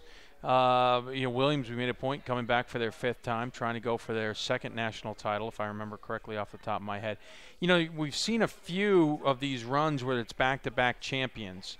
Williams was trying to go for the back-to-back when Stevens Point ended it. Stevens Point went for the back-to-back, got it, couldn't get here for the 3-peat, so we had to start over. But Virginia Wesleyan backed that right up with 2 in a row as well. WashU tried to get 3; they're not going to be here. We start afresh again. And really, though, if you look at these squads, though, just knowing how much they may or may not lose, the only team, at least on paper, that I can see that has a shot at maybe a back-to-back, if they win, is Randolph-Macon. Well, yeah, it's really phenomenal to see that kind of repetition, or for lack of a better term. You think about the early NFL Super Bowls. And you would see oftentimes the team would come in, lose the first year, win the second year. Miami did that, Dallas did that, and so on. And but you've got consistency there. You've got athletes that are on those teams for years, and grow and mature. With the college teams, you see turnover, and there's always uncertainty when you have to bring in new players. And even that's why the UCLA run. And perhaps even more so the Duke run of 9 Final Fours in 11 years with a couple of titles. Those are really just outstanding. And the ability to be able to recruit talent and mold teams. That's really one of the things that's very impressive about all 4 of these squads is the chemistry among the players and coaches. Yeah. And to be able to replicate that over and over as you change personnel and fold new people in. Tyler talked about that at length a few minutes ago. It really impresses me, and it says a lot about the coaches we have at the Division III level. And so to be able to have teams come here back-to-back, forget about winning it back-to-back, just being here is really a tremendous accomplishment. Randolph-Macon alluding to the fact that they've got a bunch of juniors who are leading that squad. Not a ton on the senior side. They do have seniors, don't get me wrong, but not as prevalent in their program, whereas, again, Guilford's got 3 seniors that are their bread and butter right now and the heart and soul of that program. Williams, as Joe alluded to, a number of seniors on that squad who will be leaving this program, including Blake Schultz, the Justin's Award winner. And then you have Stevens Point, certainly full of seniors there, but of course it's a WIAC program, and you're hard pressed to believe a WIAC program can't rebound, especially one in Stevens Point, or Whitewater, or even Platteville and the rest. So I'd be pretty surprised if they wouldn't be able to make it back. So I maybe spoke a little too prematurely by looking at Randolph-Macon. I'm Dave McHugh, Rick Seidel here, Pat Coleman waving from afar. Hi, Pat. Any more guests? He's hopefully lining some up for us. Hey, looking ahead. He should have taken the wireless microphone out there with I him. know, he should have. And he could have just chatted with whoever he was chatting with instead of leaving us hanging dry. If you got any questions for us, email us at hoopsville@d3hoops.com. That's hoopsville at d3hoops.com. IM us at hoopsville2000 on your AOL-IM, or join us on Push and hold on Twitter as well. By the way, I actually don't see where it's plugged in. Funny stuff. Oh, that's right. Pat unplugged it. Yeah. Here we go, Pat. Here's the... If you got any questions, please email us at hoopsville@d3hoops.com. IM us at hoopsville2000, or join us in the chat room. We'd certainly love to chat with you. Whoa! Hello. It works. It definitely works. Okay. Yeah, wow, works very well. I'll turn down the gain just a little bit. Anyway, any other guests, Pat? Your dirty work? We'll have someone from Wisconsin, Stevens Point, and someone from Williams. Very nice. Both of them headed down. Randolph-Macon has a meeting at 11, so if they get here, we'll try to get them in first. Well, we had Williams already, by the way. I meant Stevens Point and Randolph-Macon. And Randolph-Macon. The two we haven't talked to. Right. So far. Exactly. In this show. Guys, while we're waiting, let's just go to the picks instead of waiting for the very end for that. Let's pick tomorrow's games from your point of view. Rick, we'll start with you. We'll go with the first game. It's Williams and it's Guilford. Who do you think comes on top? Wow, I tell you. I'd like to start it off as difficult as possible. Yeah, this is going to be really tough. I think it's going to be a very close game. And I think I'm going to stick to because of the role players for Guilford that really stepped up in the postseason. Brad Monroe, Josh Pittman, one of my favorite newcomers to the league. Martin Stevenson, some of these guys have really been playing well.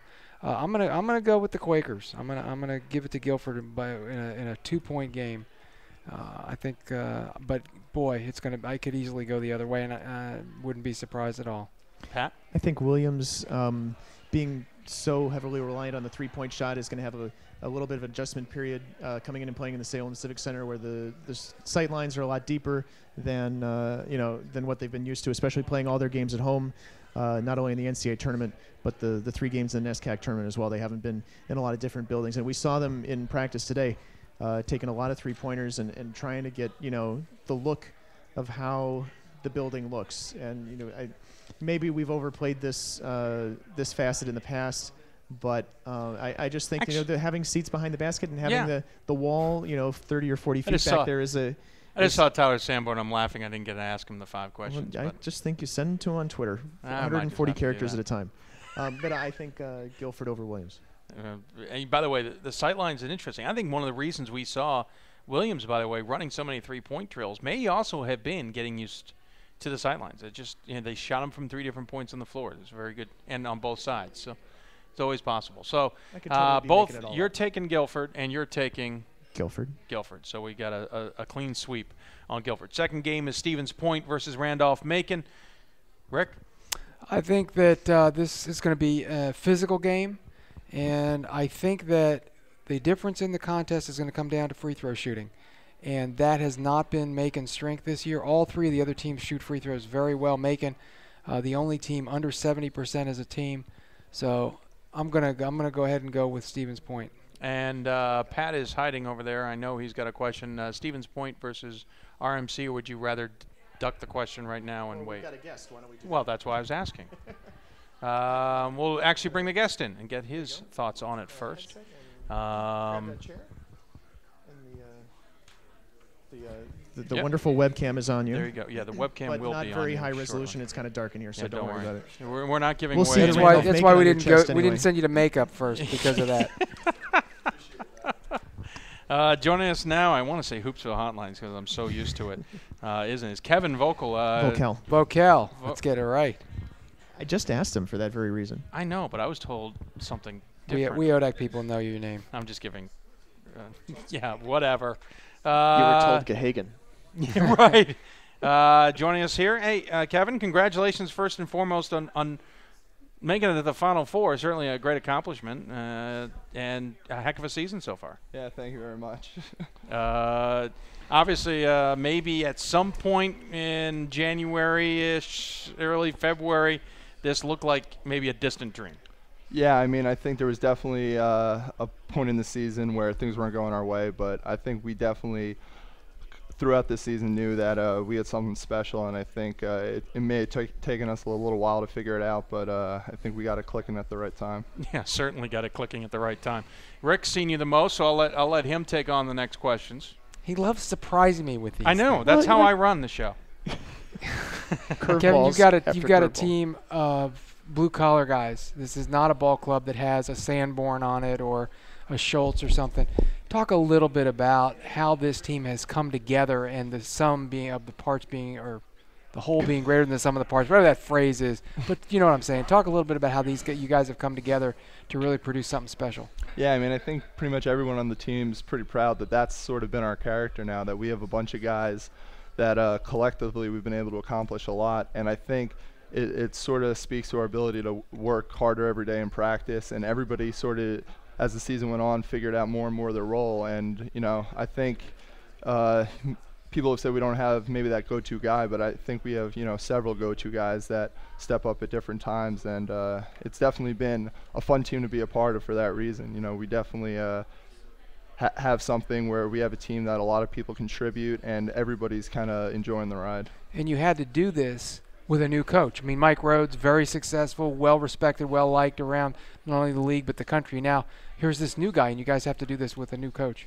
That's right, yeah. And, I mean, again, it speaks really highly of just the way that our team was able to come together, and we're a really close group of guys, and Coach Davis did an unbelievable job stepping in and pretty much not missing a beat. Everybody right away respected him.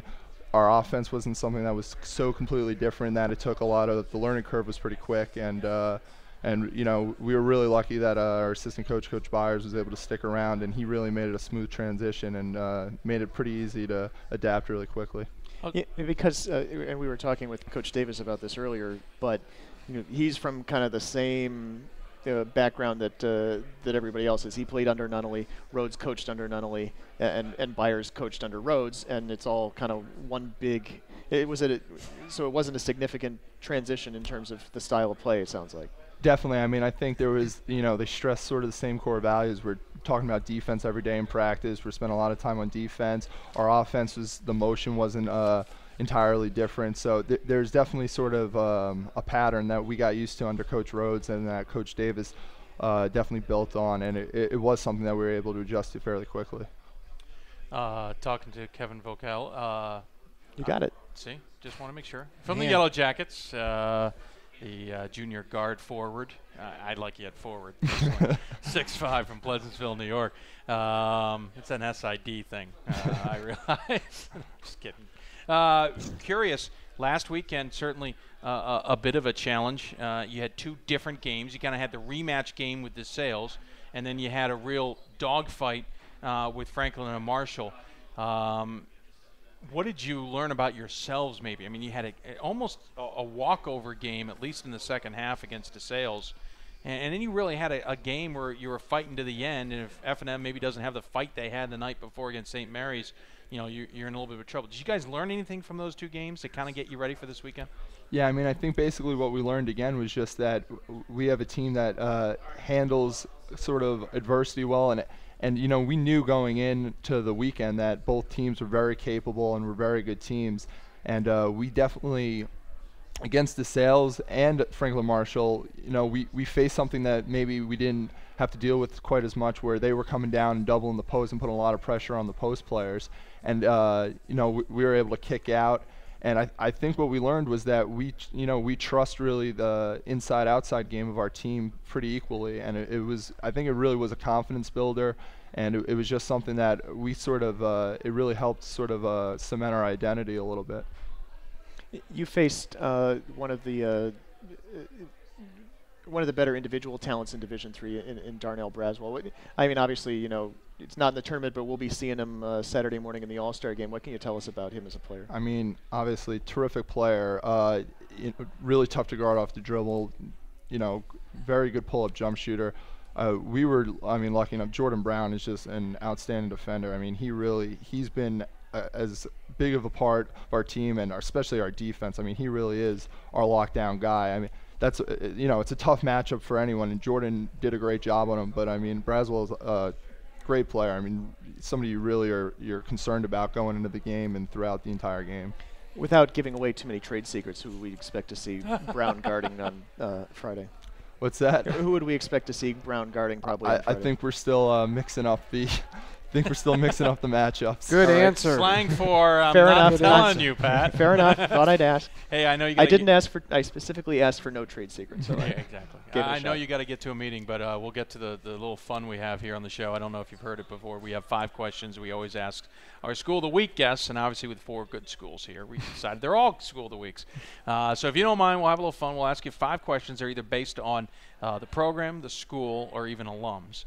They're written by my producers, so I cannot take responsibility for these questions. Or blame. He won't take any blame. I won't take blame either. So here we go, just for fun, and you should do pretty well. These are good ones. What is the nickname of the town of Ashland where Randolph-Macon is located? The nickname of the town. Center Universe. Yes, I believe based Ding. on the trains. You need a bell, right? That was my assumption. Is the train lines? Center of the universe. Center of the universe. Chris, you know anything about that? No, Yeah, Chris Chris is doesn't like, know actually, I didn't know either. I think we're going with the train I didn't know line until I thing. read it either. Trains wake you up at night on campus? They wake some students up. They haven't woken me up yet. Very nice. Yeah, it runs pretty much right through the campus. Yep. By the way, this one you should get since we alluded to it earlier. Randolph-Macon has had only 4 coaches since 1956. Can you name them? Webb, Nunnally, Rhodes, and Davis. No, you missed one.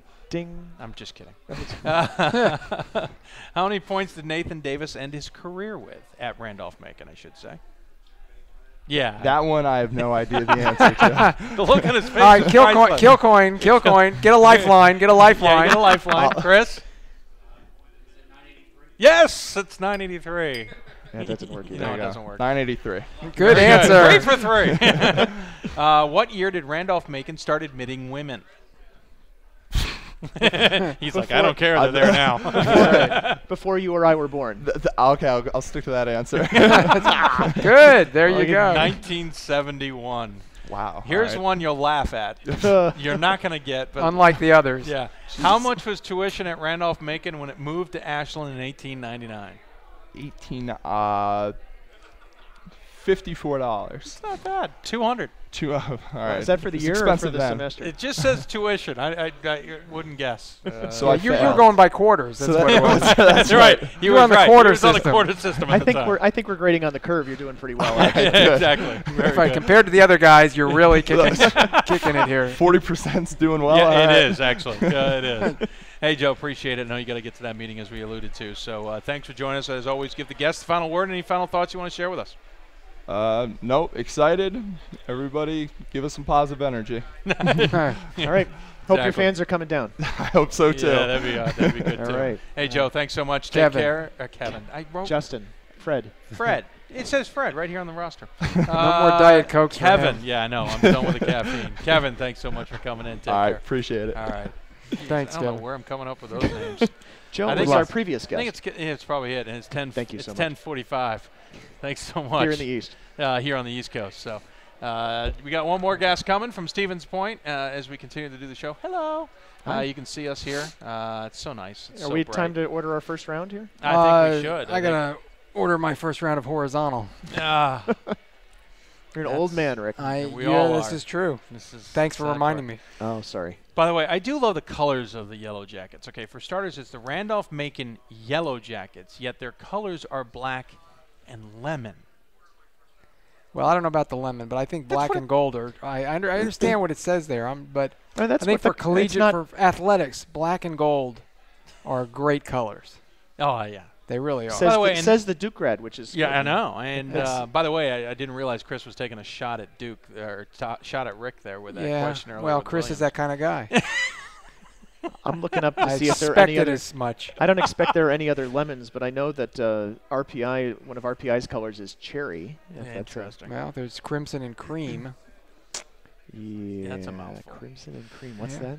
Got any questions for us? That Email us at is hoopsville@d3hoops.com. That's Oklahoma? hoopsville at Oh, d3hoops.com. okay. IM us at I think that's right. hoopsville2000 on your AOL IM or join us in the chat room. We'd certainly love to hear from you guys. Apparently there was a question if we had seen Sean Wallace yet. Apparently Wallace and Hollins are He has heading another year of eligibility. Yeah, he's heading downtown, so no appearance on Hoopsville. Remind us Oh. to revoke Sean Wallace's Hoopsville card. No, that's fine. I mean, Uh, Sean Wallace has been on Hoopsville a lot. No, he hasn't. He's He's been on been- once. In Salem. Once. Well, he's been on D3 Hoops a lot. Yes. I can't control Didn't he D3 do a Hoops.com diary one content. year? 2 years. Yeah. 2 years. Anyway, it's Rick Seidel, it's Pat Coleman, and it's Dave McHugh. He didn't Twitter that he was going downtown. I know, that's very disappointing. No, I think he's going to be happy that he I can got go out High now in Salem. standards for him, and he is not living up to them. Stevens Point's going to be Uh-oh. our last guest. Hopefully we'll see them shortly here at the Pine Room inside Hotel Roanoke. Want to thank them for helping us set this all up as we now have for 3 straight years. Fun stuff for us. As soon as I get the equipment working, that's always the challenge. We have on the Twitter on the Twitter On the tweet. Yeah, we mentioned earlier I mentioned we were working on our All-American teams, and a guy by the handle of JT22 says he made his beer-influenced All-American teams in Salem tonight. We probably should have consulted him. I would say JT, go ahead, send them to us. Yeah, I'd love to see what they are. Yeah. And see if maybe I should have been beer influenced when I did it too. I don't know. If he might have 8 people on the first team.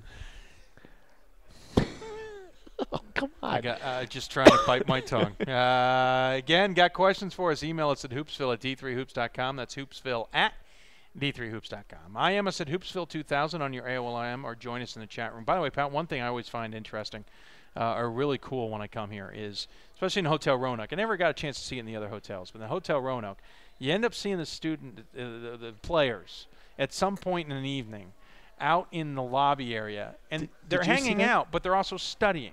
Did you see that? You are not on the Randolph-Macon roster anymore. That's Isaiah Davis was out there working on his homework, it looked like. Yeah. Or on Facebook, I don't know. But yeah, I've seen a few guys out there. By the way, there's another great story in Isaiah Davis. His godfather is Randolph-Macon's all-time leading scorer. Yeah, it's the kind of random stuff I find. And I know that that's not Wansley. So. No, it's not Wansley, and it's not Nathan Davis. By the way, there was a question on there. I know you're probably in the middle of announcing or reacting to. I gave you the little delay there. When announcing the women's All-American team, well, women's and men's All-American teams will be announced during title game pregame shows. Pat Coleman, myself, Joe Davis, etc. gang on that. That's it. It's a pretty small gang here. Yeah, it's small this year. Rick's helping us out, make it look bigger, which I appreciate because, everybody else abandoned us. And then it's Gordon Mann and Tim Calderwood, speaking of small, will be doing the women's All-American teams. It's a recession. What can I say? Yeah, it is. We didn't get any stimulus money. Which is really a shame. Gordon Mann and Tim Calderwood calling the women's game from Bloomington, Illinois, where it will be WashU and Amherst at 5 o'clock and Hope and Rochester at 7 Central Time. Central Time. 1 hour later here in the East. By the way, certainly enjoying the weather. I'm waiting for the cherry blossoms now. Oh, yeah.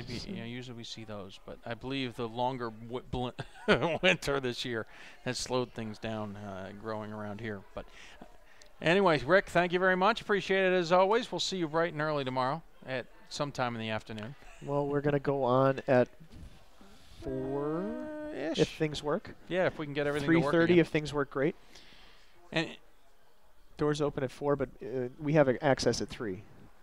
So that's what we're going for. Question on the for you, Pat, on the board. Any predictions of the women's bracket?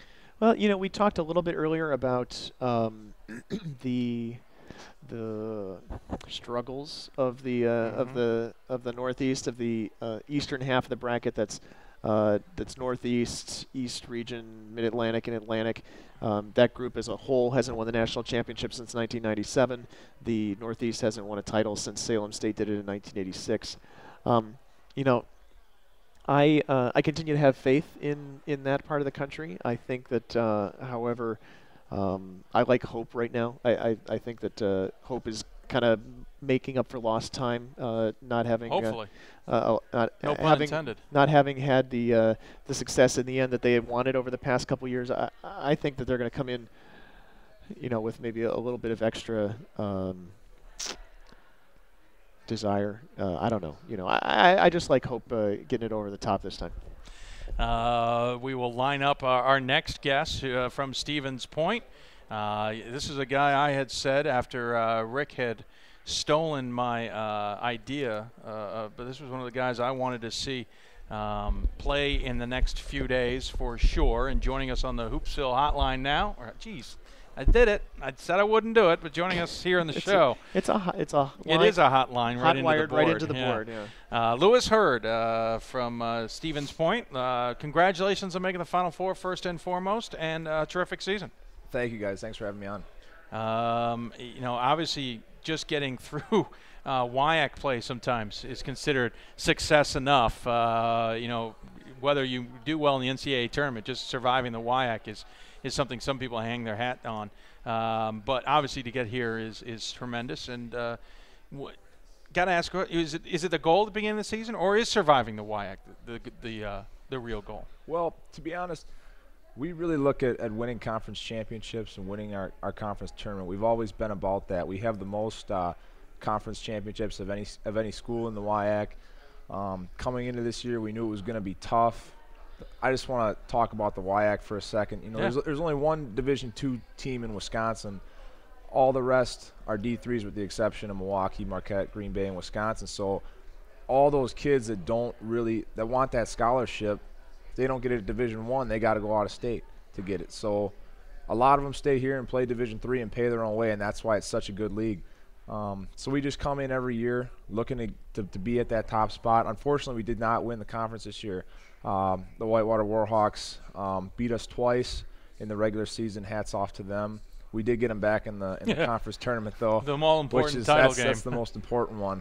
But yeah, we're about winning conference championships. So it's been a struggle just to get out of the bracket in recent years for you guys. You guys have had, I think, teams that are of comparable talent, but the bracket's not exactly been stacked in anyone's favor in that part of the country. And this year things were balanced out a little bit better. Yeah, the Midwest has always had great basketball, I think.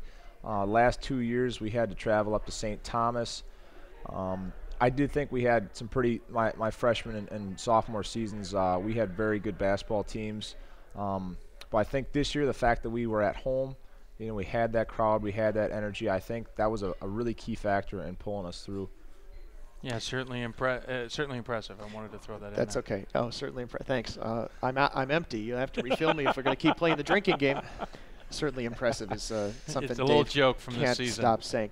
I normally I would ask a player for a team whose program has won the national title before how they felt about seeing their name on the banner up on the wall here in the Salem Civic Center. But I go to Quant and I see a heck of a lot larger banner celebrating those 2004-05 teams. So maybe it's not as big a surprise for you guys. Well, it is kind of a big deal. I mean, we're all, like I said, we're about great tradition. I know some of the guys that won those back-to-back national titles. We talked to them the last couple of weeks about it. We're really proud of those guys, but we're here to make our own mark. We want to get that 2010 up there to go along with it. Yeah, certainly those teams were good, and they obviously have resonated not only in your program, but in yeah, they were good. But I'm saying, and also through the WIAC and through the country. Everyone makes comparisons to them. Curious, Coach obviously was assistant coach on those teams. Correct. Does he bring them up? Does he use things that they had from those experiences to help you guys or motivate you guys, or is it not even part of the topic?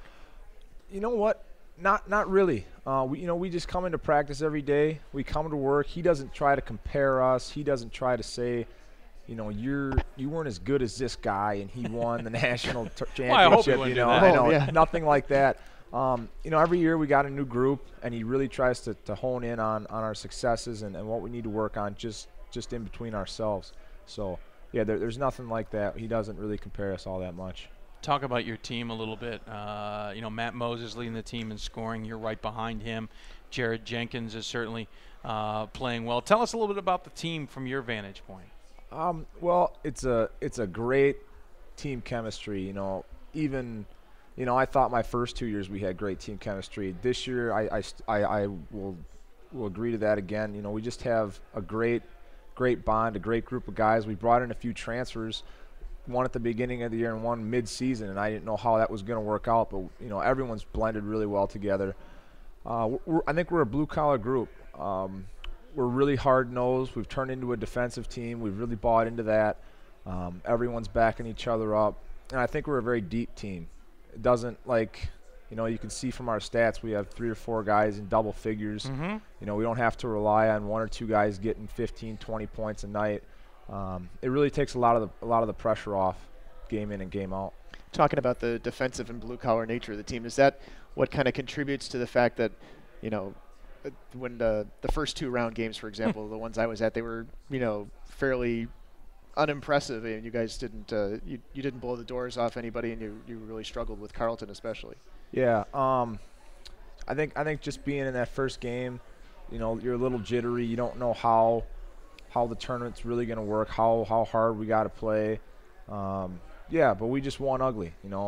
Coach told us at the beginning of the tournament, doesn't matter how we win, as long as we get the job done, then we're moving on. So at that point, that's what really matters. Did you get any extra boost? Sorry, Dave, about right. over winning, not ugly, which I would say you did against Illinois Wesleyan there. Well, it definitely feels better. When you feel, you always feel a sense of accomplishment. But when everyone's running on all cylinders, and everyone's picking each other up, everyone's making plays, it seems to just flow a little easier. But ugly or pretty, it doesn't really matter to me. Wins are wins. Yeah, right? by the way, I got a question on the IM and kind of along those lines. 3 close games, then a run away. What clicked in the Illinois Wesleyan game? What kind of was that step that went, all right, now we're back in sync and things are working well for yourselves? I think we were very consistent, especially I'm just going to go back to the second half of the season. I think we were inconsistent at times on offense and defense. I think that showed up in the first 2 rounds. But in the sectional games, I think we were really consistent on offense and defense. Our offense didn't hurt our defense. Our defense didn't hurt our offense. And I think, just player-wise, I think Dan Tilma stepped up in the sectional games. He kind of had a rough start to the tournament, but he made some big plays. Nick Kroll's been making big plays on defense. Just everyone really, like I said, was clicking on all cylinders. Very good. And can I? Yeah, go ahead. No, go right ahead. We've got the 5 questions Yeah, lined up too, but tell me about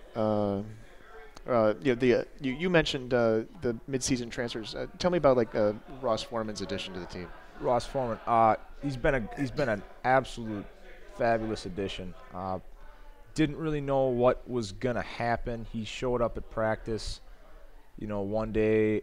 No one really knew much about him. He has his connections through our assistant coaches, J.R. Blount and Lance Randall, who were down at Loyola, which is where Ross was attending school. He transferred in. He wasn't going to play at Loyola. He had some injury problems, but we had cleared him to play. He's been a great help. Just as another post player, he's a little quicker. He can guard. He's versatile. He can guard a guard if he needs to. He can be in the post. He's a heck of a rebounder. And he'll hit the 3. That's really his forte. He likes to shoot the 3. So he's been a big boost offensively and defensively, and been a very versatile guy for us. All right. Now we are going to go to a little fun. We have this 5-question thing. We asked all our players so far. That's cool. And it's something we've been doing on the show with our School of the Week, and since all 4 down here are Schools of the Week in our opinion. My producer Chris, who's not here, came up with 5 questions about Stevens Point. It's either about the program, about alum, about the school, something along those lines, and so we'll see how you can do. Okay. Did that work? Yeah. All right. The first one is, what are the names of the Stevens Point Pointers? In reference to the mascot. The actual dog mascots. Yeah. I don't know. The pointers we have pretty much every other. If we play non-conference, everyone asks. They chant, "What's a pointer?" It's a dog. Right. Like a pointer. I don't know how they got the name. It's Stevens Point. That's a reference, I think, to a geological or geographical feature in town. I don't know. Okay. Well, I should know. I only did a little right. bit of driving around town a couple weeks ago. The one of them I knew because I happened to run into it on the website. Oh, yeah. That's okay. That's what the SID is for. The call to the SID. And he's right, by the way. It's Steve and Stephanie. Okay. Pointer. I knew about Stevie. Stevie. I didn't know about Stephanie until I got these. True or false? Former NBA player and coach Terry Porter holds the school record for the most field goals made in a season with 244 as a University of Wisconsin Stevens Point. Yes or true or false? True or false? I would say true. It'd be it's false. A trick question. It'd be false. Is it a trick? Oh, no, it's not a trick question. Porter is second behind Brent Bailey's 552. 252. 252. Bailey. Yeah, not 552. Brent Bailey was pretty good too. Yeah, I played a few pickup games with him over the summer. Yeah, he's still playing in Europe apparently. So. Yeah. 252 in the 1999-2000 season. Stevens Point alum Kathy Kinney is famous for playing what character on the Drew Carey Show? You know any of the names of the characters on the Drew Carey Show No, other than Drew Carey? Yeah, Well, that's true. I don't. She was probably the most memorable visual. From a large print dress Yeah. kind of standpoint. Yeah, she always wore the eyeshadow. Yeah, Yeah, yeah. the lipstick. Mimi was her character. Mimi was her name was character. I've never is watched Kathy the show. Kinney. Oh, you missed a good one. Yeah. Only four schools have won the Division III men's basketball championship in back-to-back seasons. Can you name them? Stevens Point. Yeah, yeah. Ding. God, I looked up on the boards No, today. It's not worth it. Wash U. Yes, That didn't work. Yeah. told you. Yeah. I need Got a two more. Bell. One of them is a rival in the WIAC. Rival, I say, because all WIAC schools are rivals. UW Whitewater. Nope. No. No, they've Oh, Platteville. Yes. Platteville. And Correct. and there is one more. in your neck of the country. Yeah, actually, yeah. Up in your area. They've won 5 of them, if that helps. But none of them in your lifetime, I think. Yeah, I don't know. I just had to. That made yeah, you feel old, didn't it, 1987, Pat? right? Yikes. North Park is the other. North Park. Yeah, Yeah, North I saw their name out there today. Yeah. And finally, what is the school record for wins in a season? Probably that 05 year, I would think. Mm-hmm. Do you happen to remember how many wins they had? Was that 29? Did they have 29? You're right. Ding. And guess what? Win the championship in your time. You're at 27 now. Because that would be the most important thing that happens if you win I'm 2 telling games. you, You would yeah. tie he the wants school to record answer for number wins. 5. That's what we're here for. I'm telling you, he told me that beforehand. Yeah. You wanted the school record.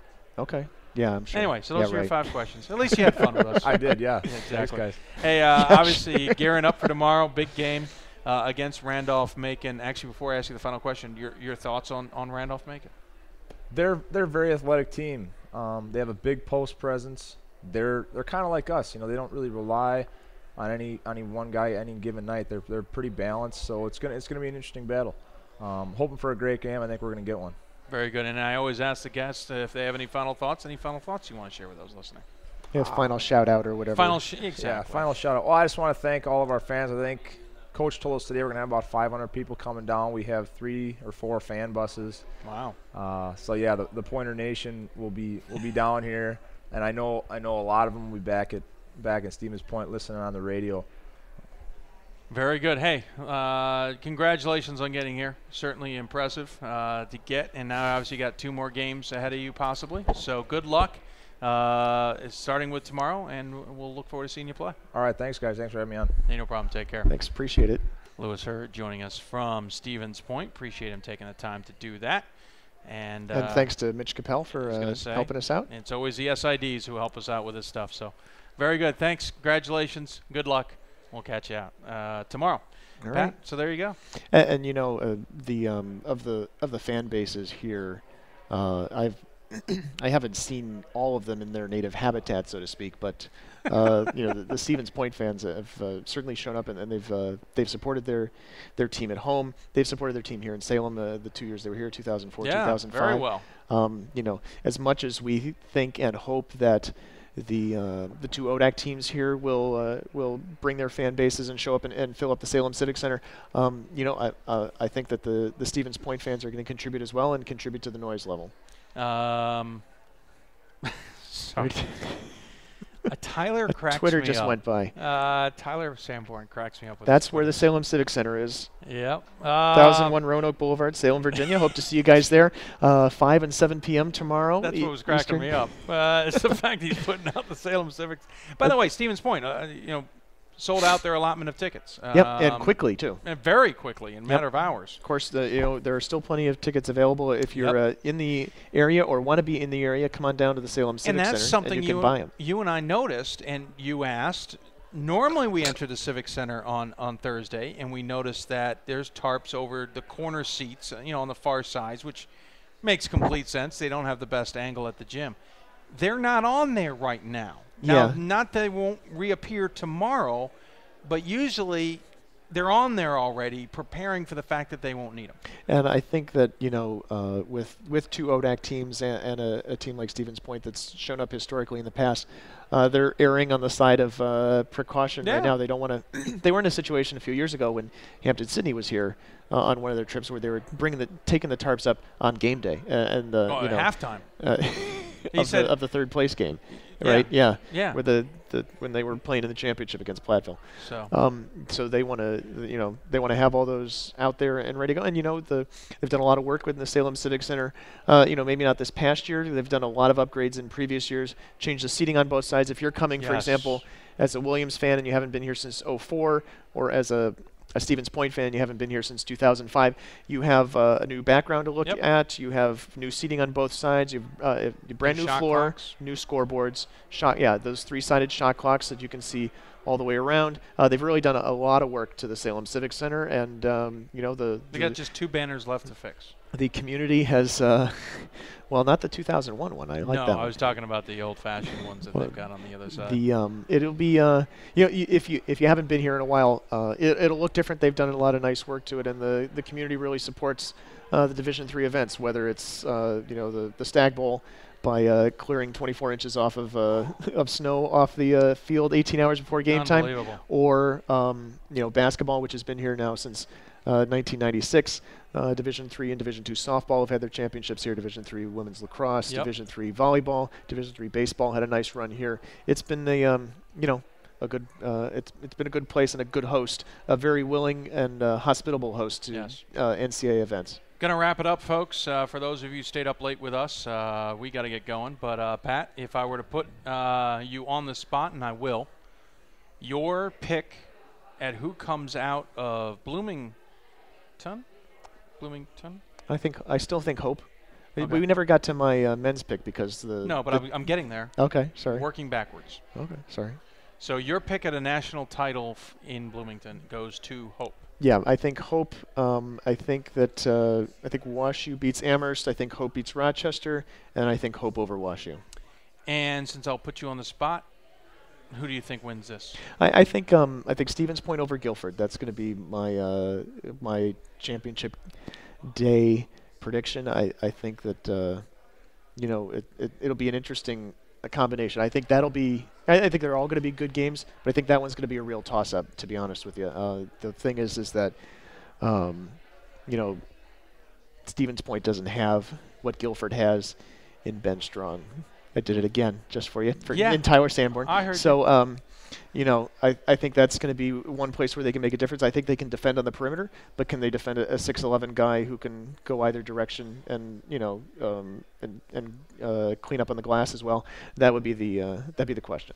I'm going to go, if I were to pick somebody else besides Hope, with WashU, but I do like the Hope pick. And my other pick, I'm going to go Guilford over Stevens Point. Okay.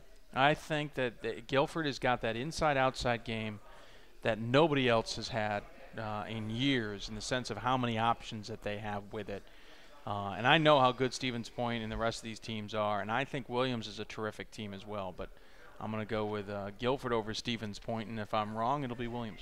And, usually we have a group of 4 or 5 people here making predictions. It's just you and me right now. There's not a lot of difference of opinion or opportunity to express the alternate opinions. But, we've talked in the past, there have been years where we think, oh, absolutely, this team wins all the way across the board, and bam, it's it's WashU, like WashU did in 2008, surprise everybody, or Catholic did in 2001. Oh, agreed. I don't think anybody picked Williams to win in 2003. No. Those sorts of things. So it is not. It's not just cut and dry. No, and this year more than ever, and the mantra. Last year was probably cut and dry. Cut, dried. Fossilized, but this year, and we've been saying it all year, Division III men's basketball in 2009-2010 is wide open, and it still is. And I'm looking forward to there should be 3 great games. 3 great games, and hopefully a fun All-Star game. Yeah, looking forward to the All-Star game as well. Hey, we're gonna hit the air 4-ish tomorrow, sometime, whenever we can get the equipment to cooperate with us. Yeah. We'll hope. It'll be brighter in the Civic Center. We'll be brighter, and we'll be dressed better. Well.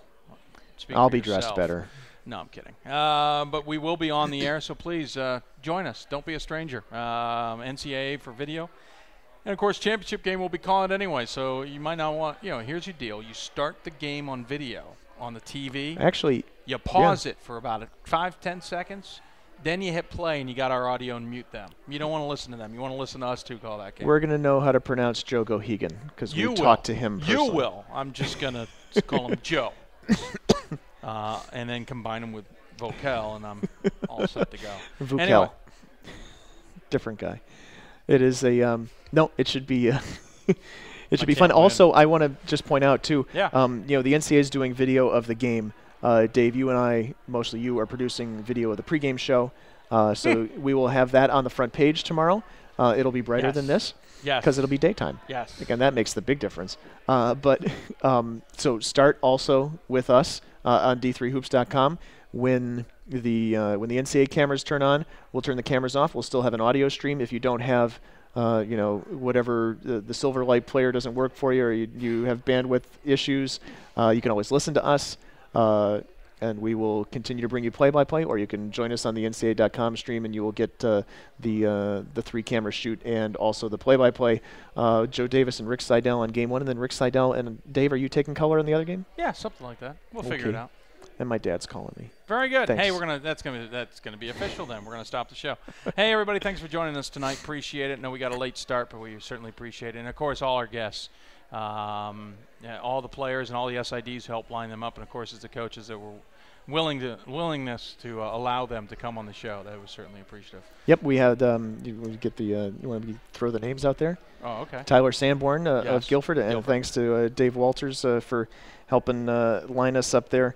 Kevin Volkel of Randolph-Macon, and thanks to Sports Information Director Chris Kilcoyne for Stevens Point, Lewis Hurd, and thanks to Mitch Capel. And then on the Williams side, Joe Gohegan, and thanks to him ordering the quesadilla up at the hotel after hours spot here for us grabbing him, and thanks to Blake Schultz for helping line him up for us.